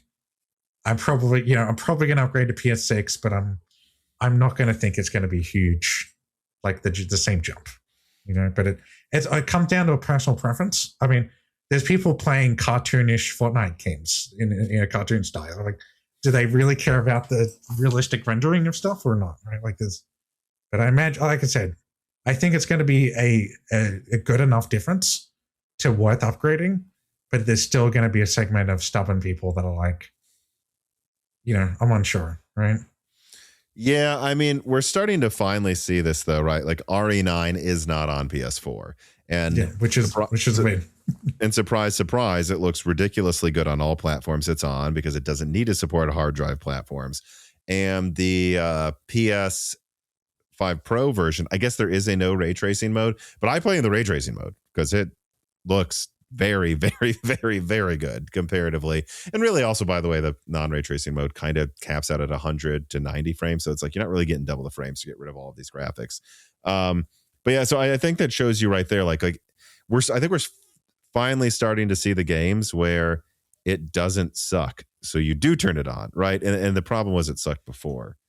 Because it'd be like half my frame rate for a thing that looks a little bit 30 better. FPS mode, which is just a no-go. I'm not playing. We're just going to leave it off, right? Unless the frame rate's good. So, but I would also have to point out that, like, remember, this is going to be in allegedly, who knows if it ever comes up, but allegedly this will be in a post GTA 6 world. So I think a lot of people saying, well, what about the PS4? It's like, give it a year, because I think once GTA 6 is out, making everyone upgrade, once it's not just RE9, but basically all modern games just aren't on PS4 anymore, you're going to see this influx of people to the current gen console. And actually, by the way, when it comes to like who would buy the PS6, would a PS5 Pro person? Maybe not, but I think the PS5 Pro person is the person that bought a PS5 and then upgrade to a PS. Like the PS5 Pro people are the people that probably would buy anything. They'd probably buy a PS5 Pro because they have the money to. So I don't know. I think the base PS5 people you have to worry about. So the question is going to be, when PS6 comes out, are they going to just buy a PS5 base? That's the word. That's the one on discount, and that's the one that's affordable for kind of the lower market people. So, but that's why I think it's essential that Sony don't overcharge for the PS6. And I mean, I guess a comparison I can make is like Nvidia's Maxwell generation. It was just better than Kepler and it was cheaper to make. So what they did is, right when Maxwell was launched, they just end of life Kepler immediately. It wasn't like the RTX 3000 series where Nvidia tried to pretend the 3080 was below the 4070 and they're all still one lineup. Like, I think it will be essential to the PS6 to have a decent launch lineup, not be overpriced. And I keep saying this, take the leaky yields of the handheld APU and make a $399 micro console, because that will still be better than a PS5. And then anyone with a PS4, they can still say, you said you wanted it to be $399. We're bringing you a next gen console for $399. And I know it's not as strong as the major PS6 version, but it looks better than the PS5. So I think if they did those three things, people will say, shut up and take my money. But again, I can't make them be smart, or I can't make them have a RAM so I don't know if they're going to try to charge $700, if the handheld will be $800. Like, those are the sorts of things that would kill this thing early on. But I think it's easy to make an argument for how you get people to upgrade. You just have to do the PS4 strategy where there's cheap offerings from the get-go. And I even think about markets like Brazil. Like, they have a tax, 97. I can't remember if it's 97%. It's absurd. So everything's just double. So they're just behind a generation, like, unfortunately, right? And so you think about, like, we have a lot of Brazilian players that play our game, and that's why we're like still on PS4, even though, it's kind of dying. So you think about stuff like that. I'm sure new AAA games won't have a problem dropping stuff, but I always think about that. And I've seen Rust drop PS4. I've seen a couple of people drop PS4, but it's still not dead yet. We're still waiting.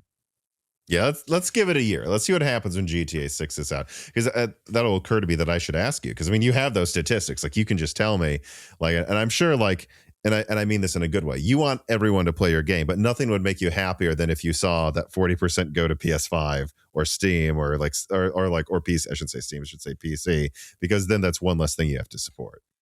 Yeah, PS4 has a lot of weird bugs with the file system, for example. Like the PS4 file system is 100 times slower than the Xbox One file system for some random reason, even though it might use like the similar hard drive or whatever. So like just getting rid of that tech debt would be amazing. The same probably goes for Switch One. Like the Switch One feels really, really slow on the teeth. And even though Switch 2 is still popping, I feel like people are still going to be the Switch One. I kind of wish PS4 and Switch 1 would go right at the same time, so we could finally move to like whatever the next tier was. But I feel like given the release and the overlap, I feel like Switch 1's going to be the next one after PS4. That's like, oh man. Yeah. I wish we didn't have to run on this, but it sold hundreds of millions of units or whatever. So hopefully there's a Switch 2 Lite that comes out in a year or two that finally pushes out the old Switch. But I would rather ship on PS4 than deal with Nintendo certification process. You know what I mean? Well, and it's 256 CUDA cores, yeah, trying to get it to run. Mr. Tiger writes in, you mentioned path tracing and Broken Silicon 352, Tom, and I wanted to ask, is path tracing the technical end goal for ray tracing? Is it a straight line? Is advertised ray tracing performance also a good marker for future path tracing performance, or will there be a new marker created for that? I'll let you answer that question. Yeah, I feel like the ray tracing, I guess I'd call them types of ray tracing, and how we're using them is changing rapidly all the time. Like there is the neural rendering feature that Nvidia is working on, and there's the denoiser, and there's is it FSR Diamond or FSR? That's the new one they announced. Ray reconstruction, and there's all these tricks they're trying to do.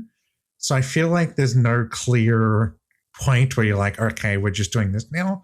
It seems like the game dev industry is still discovering how to use ray tracing and how we can use it and how it should be used. Should it be used with a denoiser? Should it be upscaled? Should it be ray reconstructed? And so I feel like there's still a lot of movement there to advance what we're doing with it. And it's still early days for that. Ever feel like Microsoft is playing around with you at the prices they expect you to pay for their software? Well, that's how I feel, or at least how I felt years ago before I started using CDkeyoffer.com. That's right, this piece of content is sponsored by CDkeyoffer.com, a fantastic place to get reasonably priced Microsoft Office and operating system software. They're authentic keys that are delivered very quickly once you purchase them. And when it comes to the Office software, by the way, once you link that to your Microsoft account, it's just there in your downloads. You can get a new desktop, a new laptop, and just log in with your Microsoft account whenever you boot it up for the first time and then download it, and it's done. And there's no need to constantly rebuy or get subscriptions to, monthly fees for Office software. You can just get it once, link it to your account, and then you just have it. And you get a couple, you can jump between different devices as well. And that is what I've been doing for a very long time, since CDkeyoffer.com started sponsoring Moore's Law is Dead. And so if you want to get some of these products for reasonable prices and show support for Moore's Law is Dead, check them out through the links below. Remember, even just clicking on those links helps the channel a ton, and it helps you save money, of course, if you use offer code BROKENSILICON to save 25% on the software on their website, in addition to the already marked down prices they have. And then, of course, you can also use Die Shrink to save 3% on everything else on the website.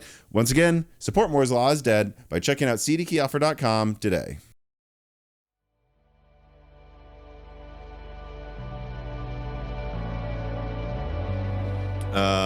Valentin writes in and says, greetings, Tom and Matt.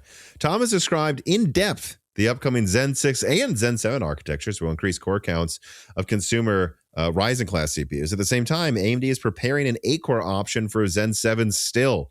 I'd like to hear Matt's perspective on this. Will the increased core counts enable new things, not just for gaming, but for everyday computing as a whole? Or do you think that this was smart and that 8 cores is still going to be enough for like the decade to come? Well, we know shader compilation faster, right? Like free win for that one, right? The question I have about CPUs getting faster and more cores is, are we going to have some silly Windows agentic AI copilot using those cores for some garbage? Or is the game going to get to use them? You know, assuming we get the cores, there's definitely some things we could put to it. Programmers are still scared of multi-threading bugs, so they're always hesitant to use cores. We've been waiting decades for programmers to use all the cores properly.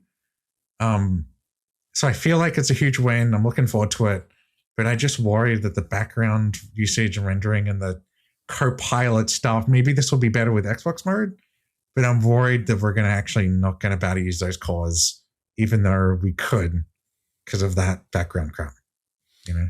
Yeah, I guess we'll see. On the one hand, you know, imagine a world where AMD elects to give the, you know, as I've said, there's a 6 nanometer budget, and then there's also like a 4 or 3 nanometer IO die for Zen 6 and Zen 7, because they both use the same IO die, much like Zen 5 and 4 do. That there is this premium version of the IO die that seems to have possibly like 2 low power cores. Like, I mean, there could be a world where they just have an 8 core with Zen 7, but then you still have 2 low power cores on the IO die with 4 threads total from them. And it's kind of a 10 core, so it doesn't really matter. I also know that Zen 7's ability to process AI tasks with the CPU is like, it's got what it's been described to me as kind of like little built-in AI engines in the cores. So there's a chance like 1 core might do what 8 Zen 4 cores did, running an AI task. So I don't know. I'm not that worried, especially because I see Microsoft pulling back on AI. Hopefully with the gaming mode, they get rid of that crap. We just use all the cores and we're good. I wish they added a setting that's like, let's just add all the random background stuff to 1 core. Just like pin everything. You know how every app's Electron app with Chromium, and you have, you know, all this RAM wasted and all these resources wasted. Just pin all that to 1 core and just give the game all the other cores, and we'll figure out how to use it the best. So there's definitely places to use it. I know Epic Games is updating the engine to be more multi-threaded. All the 5.7, 5.8 multi-threading they're all in on multi-threading. So hopefully by the time Zen 6 comes out, we're actually optimized for that. But hopefully we can use the cores. Yeah, I think there's no way around it from what you're saying. Will 8 cores still run games in 2030? Well, probably, but it will be like that's the new 6 core or something like to that effect, right? Like you think, because I think it's worth pointing out that the PS6 will probably have 10 cores total, and the XBOX Helix will have at least 10 and possibly 11. I think in that situation, we're beyond the previous gens where it was 2 generations of 8 cores, and we're now to a situation where you'll probably see devs just kind of assume you have 8 cores for console is 10, right? Yeah, if you think about all the features we break out, like rendering, audio, AI, maybe ML, maybe you break out, you know, some other features like networking or direct storage or some other feature, you can kind of see how it use like at least up to 8, right? Yeah. Deadeyes117 writes in and says, I think Nvidia is finally moving past 8 gigabytes next gen, both on desktop and laptop. They've heard our complaints, they feel our pain, and so they've graciously come to our rescue by giving us a 9 gigabyte 5050. Let me see. What do you think about this? Do you think with the rumors of the 5059 gigabyte, 8 gigabytes will finally be dead next generation? I don't know if increasing it by 1 gig is a fix. You know? Like maybe if we had like the 10 gigabyte thing, maybe that would be really cool. But just a gigabyte only, I say it's like anything other than it going down's a win. But that's just because my standards are really low because how much I've been disappointed. I'm the owner of that new framework GPU, Nvidia GPU they have that's got 8 gigs still, and it sucks and it's not enough. And I wish Like, I wish we could standardize on at least whatever the PS5 had that for VRAM. upgradable framework GPU for that laptop. Yeah. But it's a 5070, but it's 8 gigabytes. So, I mean. Right, 5070, 8 gigabytes framework thing. And they're like, we don't have enough space, whatever the lame answers we got. I wish that we could standardize at least on something comparable to PS5 and we would be happy. But I just, with the RAM shortage and with how many years it takes to make things, that hardware unboxed weird, was it the 5070 Ti or something? That's some weird unlaunching, relaunching like thing going on. I just feel like Nvidia didn't do this to help us. They just wanted to swap one chip out with another chip. And it's not really a fix. I agree. Yeah, I think, and that's something I explained, like, what was it in like my the broken silicon about the 5050, or I think I talked about it in the loose ends, is if you look at 9 gigabytes 96-bit GDDR7 for the 5050 9 gigabyte, they're just matching the bandwidth between the GDDR6 version and the GDDR7. This is just them trying to have the same product and use different RAM in the future, because they know long term they will be selling the 50 series, because they always sell their weakest one for years. They'll probably not use GDDR6 in a year or two, and so they just need some option.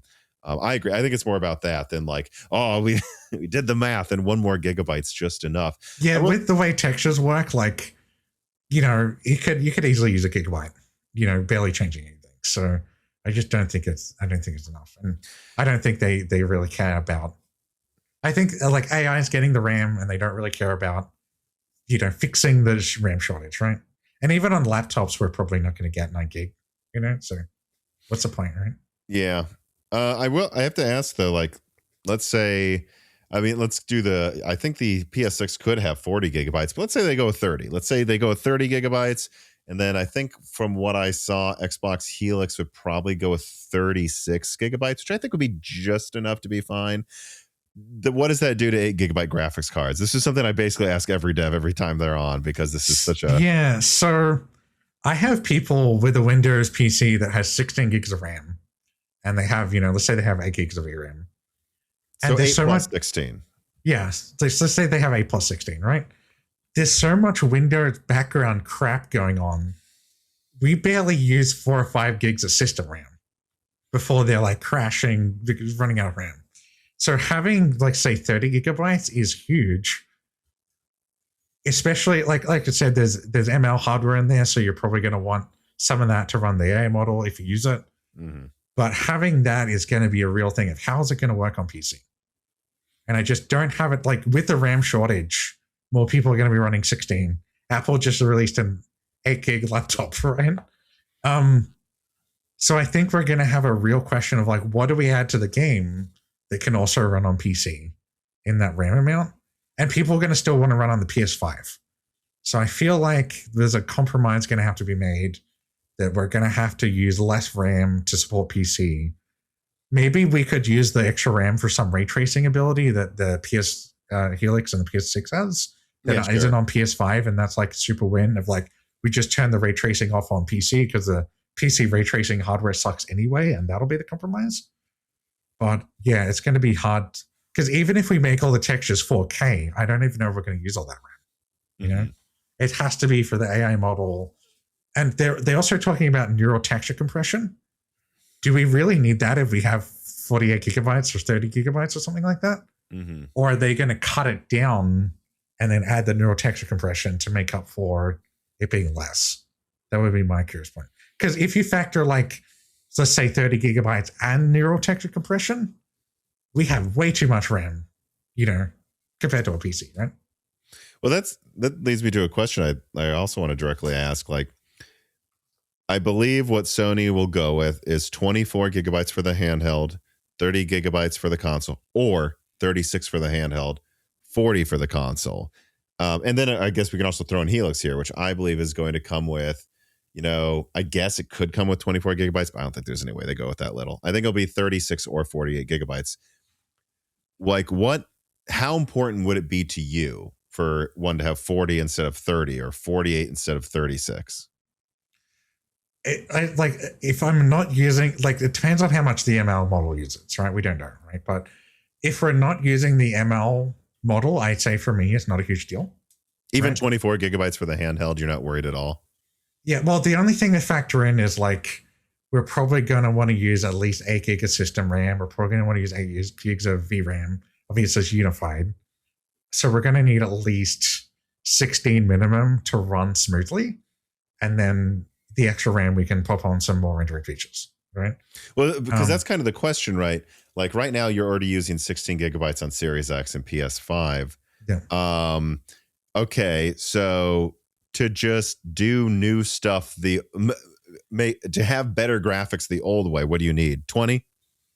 You know what I mean? Yeah, probably, you know. And so then if you even want to do anything next gen, you at least need 24. Yeah, so like basically your starting point with the same feature set is at least matching last gen. If you want to do ML, new ray tracing, you probably want at least 30 gigs, probably, right? For the handheld, I'm not expecting it to do crazy ray tracing stuff. We'll see. We'll see how it goes. I mean, but it should ray trace probably around a PS5 Pro, but then it'll run PS5 resolutions and stuff. Maybe a little better than PS5 I wonder, Pro. like, so it'll be enough for that screen. How much upscaling or how much do we make this worse to say battery kind of thing, kind of arguments? Well, I don't know if you saw the Digital Foundry Switch 2 analysis of Resident Evil 9, but it was hilarious. He said, like, once you get it onto that 8-inch screen, like I was like, oh my God, this looks good. This almost looks better than PS5. And then he plugged it into his TV and blew it up without it being docked. And he was like, oh my God, this looks, or like they recorded the footage and then blew that up on a big TV.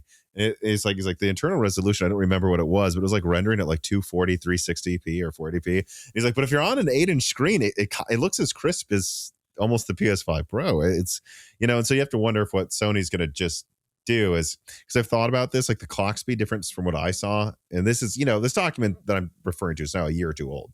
So maybe they've changed some of the specs in terms of clock speed, but there's only like a 30% difference in performance between docked mode and undocked. That's kind of the difference between if you turned FSR on. So like, I really do wonder is if the handheld upscales from like 540p to 1080p, you dock it, now it upscales from 1080p to 4K for the big screen. Like that's kind of what I'm wondering. But anyways, I'm getting off subject here. Like, how much do you think 24 gigabytes would really be enough to let the handheld do all of the next gen stuff? Because I think it's less about if the 30 is enough for the big console and more about is if they can make 24 gigabytes work for a version of it that's cheaper. I think if you're not doing a lot of ML, it's fine. But the moment you do machine learning, it probably blows it up, right? It's a main concern. Like, are we talking, like FSR doesn't use a lot of RAM, right? But if they're talking about, we're going to use the MPU or whatever for some like AI NPC dialogue or whatever, or in a model in the background, just loading the model in memory, maybe 8 gigs, just for the AI stuff. So it sounds like you think if they really, really want to future-proof it for using tons of anything, AI, next like generation features, it's really like 32 gigabytes is where it needs to be or higher. Yeah, that would be peak, I imagine they're just probably going to cut it off a little bit and they're going to say, hey, there's no texture compression and we've improved this and hopefully it makes up for it. But the compression is not going to work for the AI model, right? So that's going to be the main problem, right? Yeah, I guess we'll have to see again. People keep asking me and I get it, but like it doesn't even matter what I put out. I could be talking about Samsung and the video comments will be, hey, is the PS6 delayed or how much RAM will it get? And I think the truth is Sony doesn't know until a year from now. If the SSD is really fast as well, we could use a little bit of swap, worst case scenario.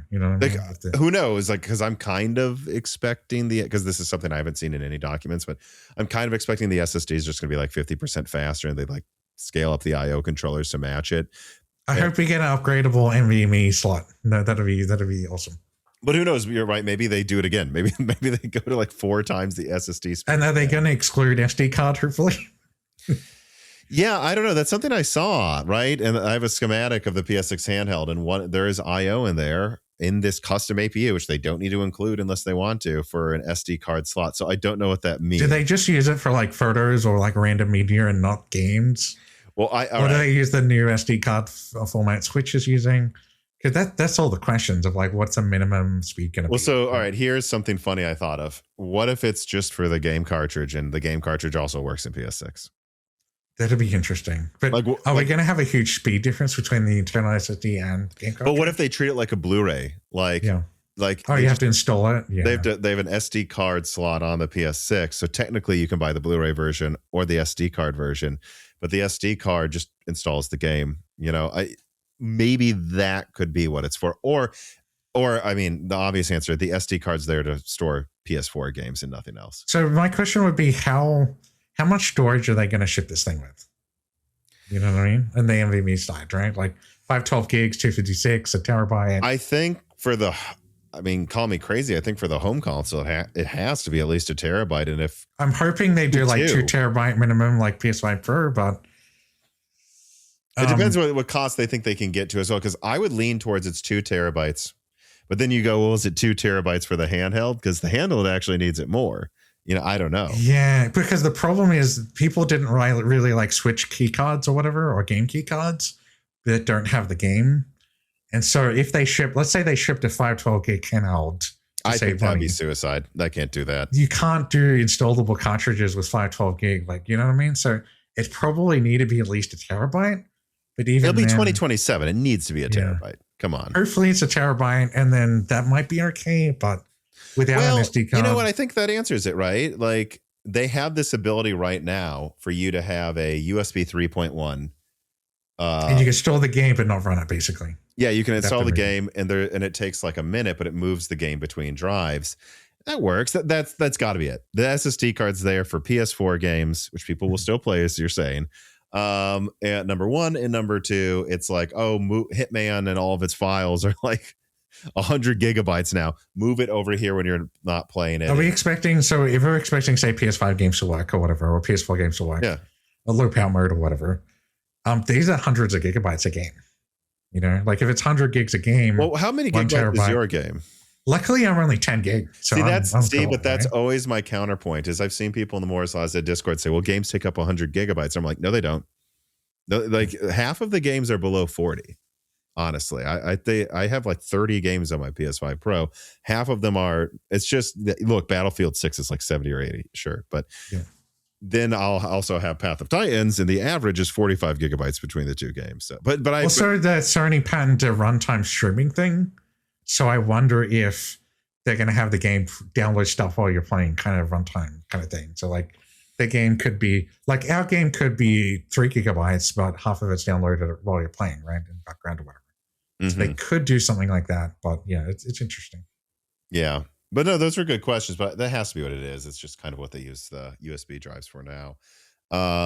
Herman's March writes in, which I have to call out his name because he did an AI creation of Herman Holst in a Civil War outfit with Blue Point burning behind him. So I find his name, like Sherman's March, absolutely hilarious. What do we think is the timeline for AMD's next gen? I've heard that Zen 6 might get delayed to late 27, maybe even pushing back RDNA 5. I've held out on upgrading so far, but if this generation seems like it would go on for much longer, I just might bite the bullet. Thanks for any and all input. And I just wanted to include this here too, because I don't know how much you've seen, like every other article, it seems at this point on tech websites, is things might be delayed, and they always say the word might. And it's like, guys, Sony signed a contract to manufacture early 2027. Microsoft did, and Microsoft said they're going to at least have the dev kits out next year. So I don't think there's any chance Zen 6 is late 20. Has anyone done the math on storage fees for like storing these things for a year to delay it? Like what? Like that's such a good point. That's something I don't think enough people bring up too, is it's like, you guys understand that the amount of money it would take to store these things, and then the risk of like, what if a tsunami hits a storage thing? What if a tornado, an earthquake? What if someone breaks in and steals stuff? Like, it's just a liability. Yeah. Hearing that Xbox is going to ship alpha dev kits in 2027 and you're saying it'll release in 27 makes it seem like they actually want to do this quickly, and the point price is not going to be too high. Well, you would agree, right? Like maybe the PS6 slips to early 28, but if they're going to have the Xbox out by then, Sony's going to want to have something to compete with it. You could imagine a scenario where they ship near Christmas and give dev kits earlier in the year, and devs have less than a year to port, basically. But even with the Xbox Series console, they launch it pretty quick after giving dev kits, at least in my experience. Yeah, and I think with how established, like Microsoft's putting all this effort into GDK, with how established the development environment is for PS5 and PS5 Pro, it should be pretty easy to quickly port your game from 5 to 6. Like, I heard that like 3 to 4 was a nightmare and like 4 to 5 was easier. But then after 5, I've been told by many developers, like, Sony laid the groundwork for much more easy porting and scaling of performance with PS5. So after that, it's very easy to port up and down different specifications, right? Yeah, I imagine all the work's going to be on the new features of like figuring out what they are and how we code it in and what's different most of the time, right?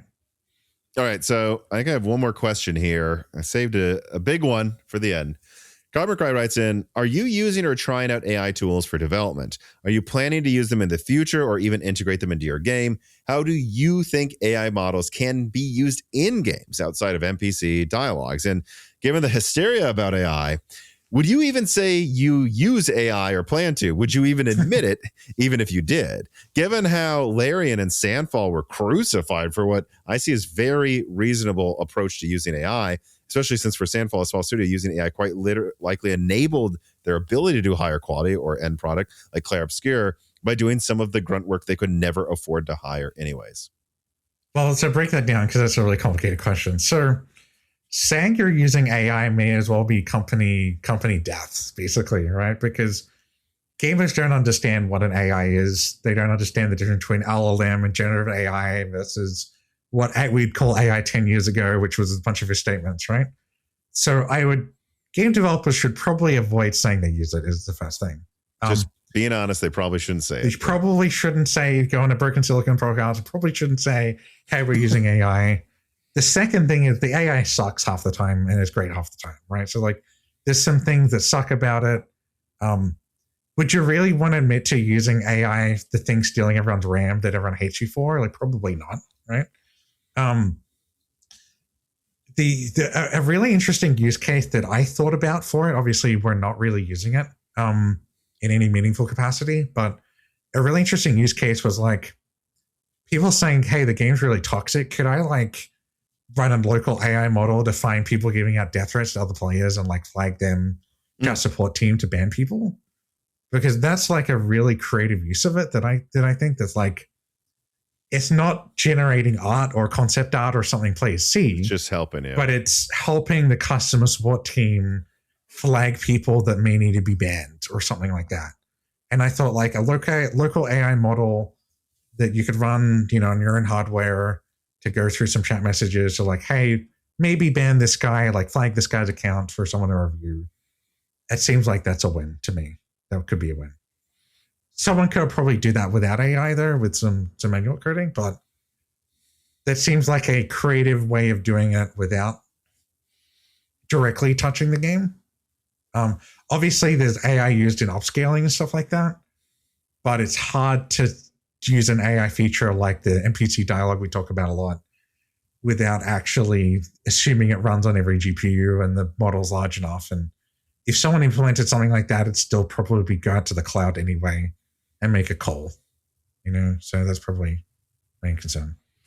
Yeah, it's interesting. Your answer is, if you guys were going to start leveraging AI, it's going to be to like just do customer support and player experience. Well, I wouldn't want to use it for support directly because it's like what Microsoft's doing where they're like, have you ever went to the Xbox site and tried to get help before? No, but I know where you're going with this because I've had some websites where it is impossible to get help. It's ridiculous. So we have a support team of people and the whole like firing people to replace them with AI doesn't make any sense to me.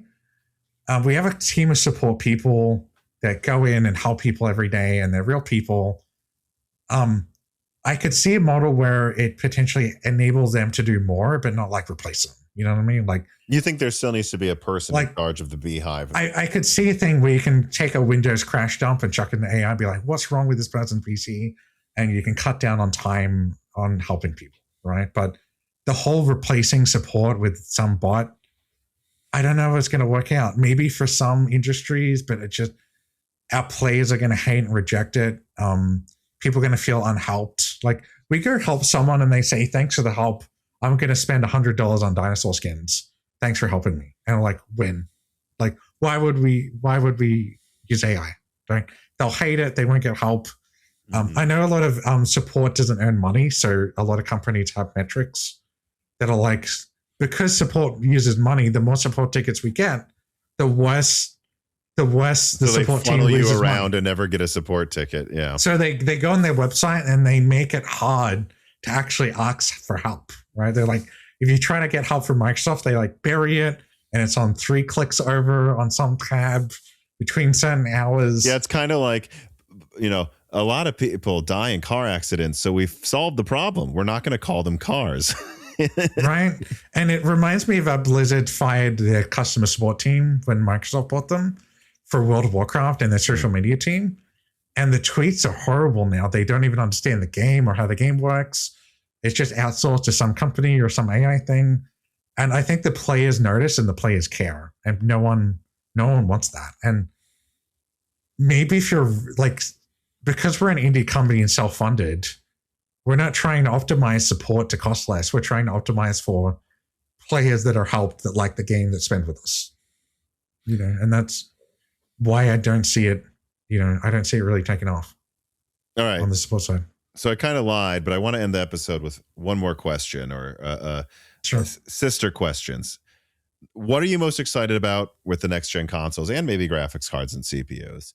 Number one. And then number two, what would make you choose the PS6 and what would make you choose Xbox Helix? Put another way, what Like would if make I was buying it personally, or and what would make them succeed? Like what would Helix do that would make you go, I choose this, and what would PS6 do that would make you go, actually, I'm choosing this? So, like I said, for me personally, I'm probably going to end up buying both because I was going to support it. But if I was a player, for the PS6, I would look at a reasonable price for obviously first. I look at a reasonable price, or for Helix, a reasonable price and support Steam, right? If it doesn't support Steam and they said that it's going to be open or whatever, I don't know if I'm going to buy it. Like, I would buy the PS6 because I'm not lied to, even though it's not open. You know what I mean? Like, being lied to is at the top of, I don't want to buy the console. Because you just don't know what else they're going to do. What else are they going to say, a claim, and not actually be true? So that's probably to get people in the door, regardless of what features it supports. Are they honest about the marketing, and is it open or is it not open? Right? Do you feel like they're trying to get you in the door, but you can't trust the house once you're in the? Yeah, that kind of thing, right? The other question you have is this is the CEO or platform going to be okay to invest and buy games in, right? Like, or do I buy it assuming I'm going to use it like a PC and just buy on Steam? Like, those are probably going to be the big questions. Is the Steam machine going to be out by the time before Xbox? And this may change the question. The other thing that excites me is the ray tracing performance and the RAM capabilities of what we can actually do with it. And I think there could be a lot of features we could add to the game to make it really amazing that we just can't because of RAM, or we're worried about performance, or we're worried about the lowest common denominator platform. And so I think it may push some devs that haven't been adding ray tracing to like finally add ray tracing. Now they know it runs well and they can actually get 60 FPS with ray tracing at a decent resolution, things like that.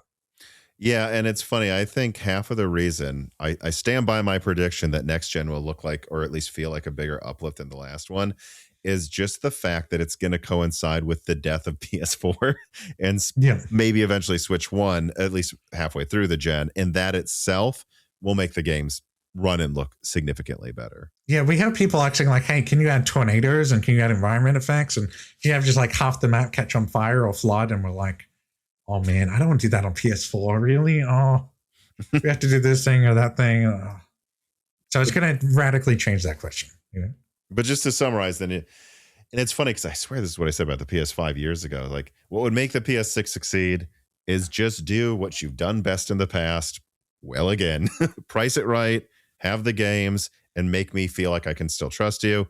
For Xbox, it's if you just can't charge too much for this because it will be partially locked down. And the paywall needs to be gone. The Xbox Live paywall needs to be dead, or that console's we're not getting it. right? Like, yeah, either Steam works or the paywall's dead, or some combination of that is going to be done to actually want to buy it. Yeah, because if it actually let you install Steam and any app on it, then you would be worth buying it just because it's a cheap PC in general. So it at least has to do something like that, but then still understand that any compromises means you're not going to spend like $1,500 for that. And are we assuming that like you can't get to the BIOS and install Linux on the thing, and it's going to be like locked down at the boot level? Probably, right? Come on, right? I mean, do you think they're going to let you install Linux? I think no. I mean, if they do, I'll be like, what a deal. That'd be funny. You know, like what they could do the laziest thing ever and literally ship a PC with the ROG Ally thing and just do nothing else. Or they could, like I said, lock it down. Because it has the old Xbox generation games, it's probably going to be locked down. I think so. For security, some security reason, right? Yeah. All right. Well, I really want to thank you for coming on again, Matt. There will be links, of course, to your Twitter, to where they can find Path of Titans, but just in your own words, please tell everybody where they can find you and promote whatever you want.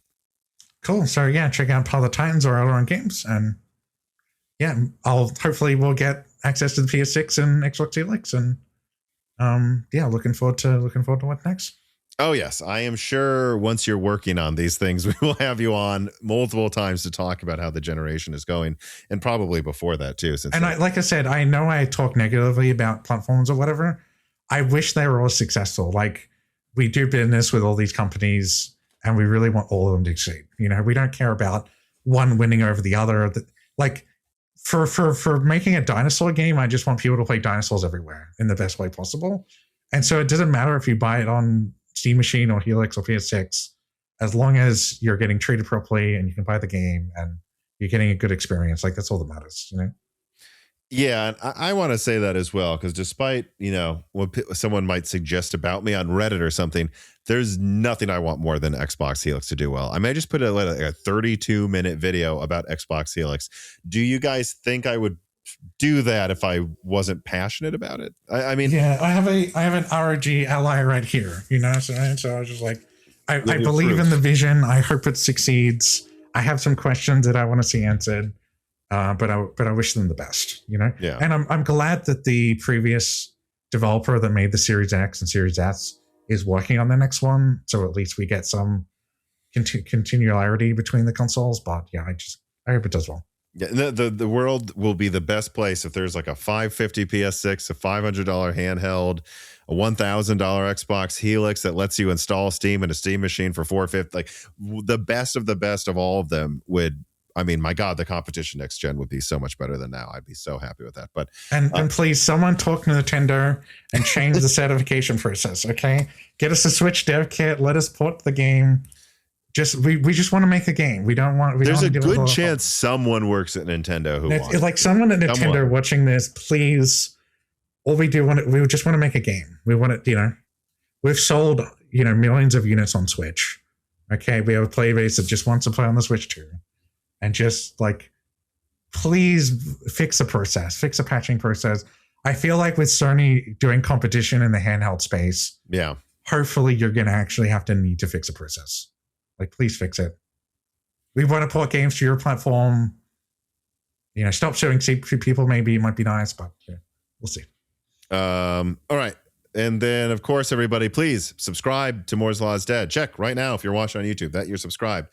Ring the bell button, like this video, comment down below. I am genuinely curious. You're supposed to say that as a YouTube creator, but I am genuinely curious what you guys think about what would make the Helix succeed or not succeed. Same with PS6 and Steam Machine.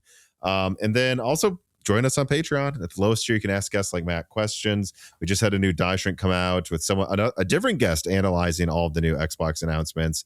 You get access to that at even just the $2 tier. And subscribe to Broken Silk on your podcast app of choice and give us a review. All right, everybody. Thanks for watching. Thanks for listening. Have a good week, everybody.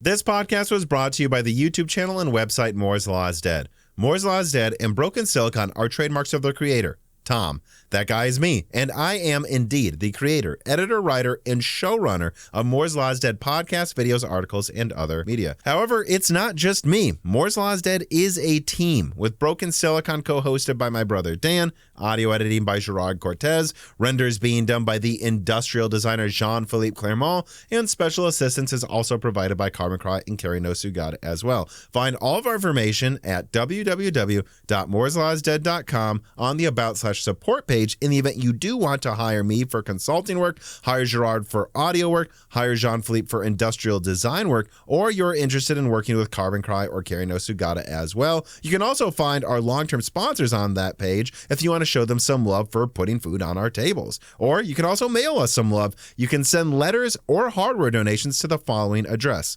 Moore's Law is Dead, P.O. Box 60632 in Nashville, Tennessee, zip code 37206.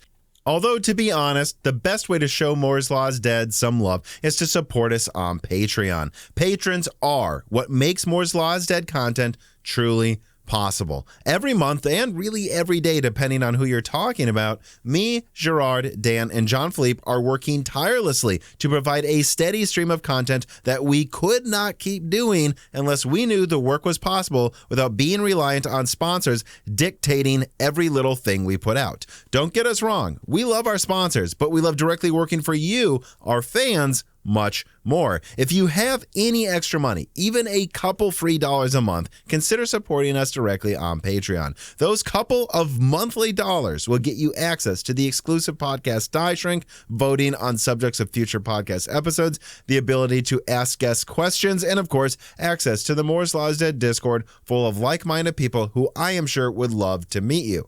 I am one of them. Additionally, higher tiers get access to early, ad-free episodes of Broken Silicon, the ability to ask questions in all Broken Silicon episodes and Loose Ends live streams ahead of the recording, and the entire back catalog of Moore's Law is Dead podcasts, in addition to having thanks in the credits of videos and podcasts depending on the tier, with other perks available as well. And hey, if you cannot afford to support us directly every month, please do share Moore's Law is Dead videos and podcasts with friends and family, and on social media and websites like Reddit, and give Broken Silicon a 5-star review on Apple Podcasts or your preferred podcast app of choice. All of this does really help us so much. But like I said, this podcast would not be possible without the patrons directly providing predictable and reliable support every month. And so now it is time to give a personal thanks to the greatest of the fans. The following supporters are at the 10 gigahertz or higher supported levels: Brad Medlin, Drita Foles, C. Jits, Daniel D, Nicholas Buckner, Deke, Toka, Aaron Close, Jan Rauner, MJB1, Daniel High, GZ Ziggy, SNES Chalmers, Jerem Ferreira, Valcom11, Jensen Wang, Sarcastro, Chris Rich, Compressed AI Blocks, Evan Dingle, Hal Booma, Shredbird, Sammy Malas, Kristen Thenos, The Boss Haas, Jonathan, Tommy, Jake Do23, Jake Martin, Slicky, Gamers Unite, Ian Clifford, Mead and Pork, Tim Robb, Win Wang, Travis Gooding, Zootsu Taylor, Mads, Amiable Chief, Patty Cakes Greg, Michael McGee, Stephen Coates, I Should, Mark Mitchell, Matthew Cassells, James Anderson, Mark Raidmaker, Salty, Internet Pirate, Henry Zhang, Wesley Sager, Cameron, Michelle Pell, Helk Sapuma, Teak Autumn, Reginald Ari, Little Germany, Windstar, Dan M1988, James I. Raider, Shay, Milton, Brett Jones, Chuck Glidden, Stephen Dick, Mac Daffy, Justin Bustle, Austin Haggerty, Joe Foot, Brian Scanlon, Brian Wright, Hardland, Slushball, Jansen, Ain Gima, The Forbidden Juice, RB Racer, John Swin, Bing Bong 3, Solarized 80, Elbergun, Kikum, Sprutnik, Brian P. Cornster, 671, Penta Winter, Omega Doge, Hugo Ander Kiwi, Mr. Tiger, Smash Exley, John Wick Boomstick, Penguins Love AI, Porcelain Oats, Karim, Al Masri, Ryhill, Chi Bulls, AI Soldier 789, Manolis Radkusis, Kevin Kuntz, Bespoke, exclamation point, Jonathan Harris, Kylan Reichel, Dominique Passeri, Fred Berger, Kainush Kagani, Zabair Ahmed, Johnny Trans, Arkeo RK0, Dudester, Mirika Lone Tiburiu, and of course, thank you to Sahara for the music.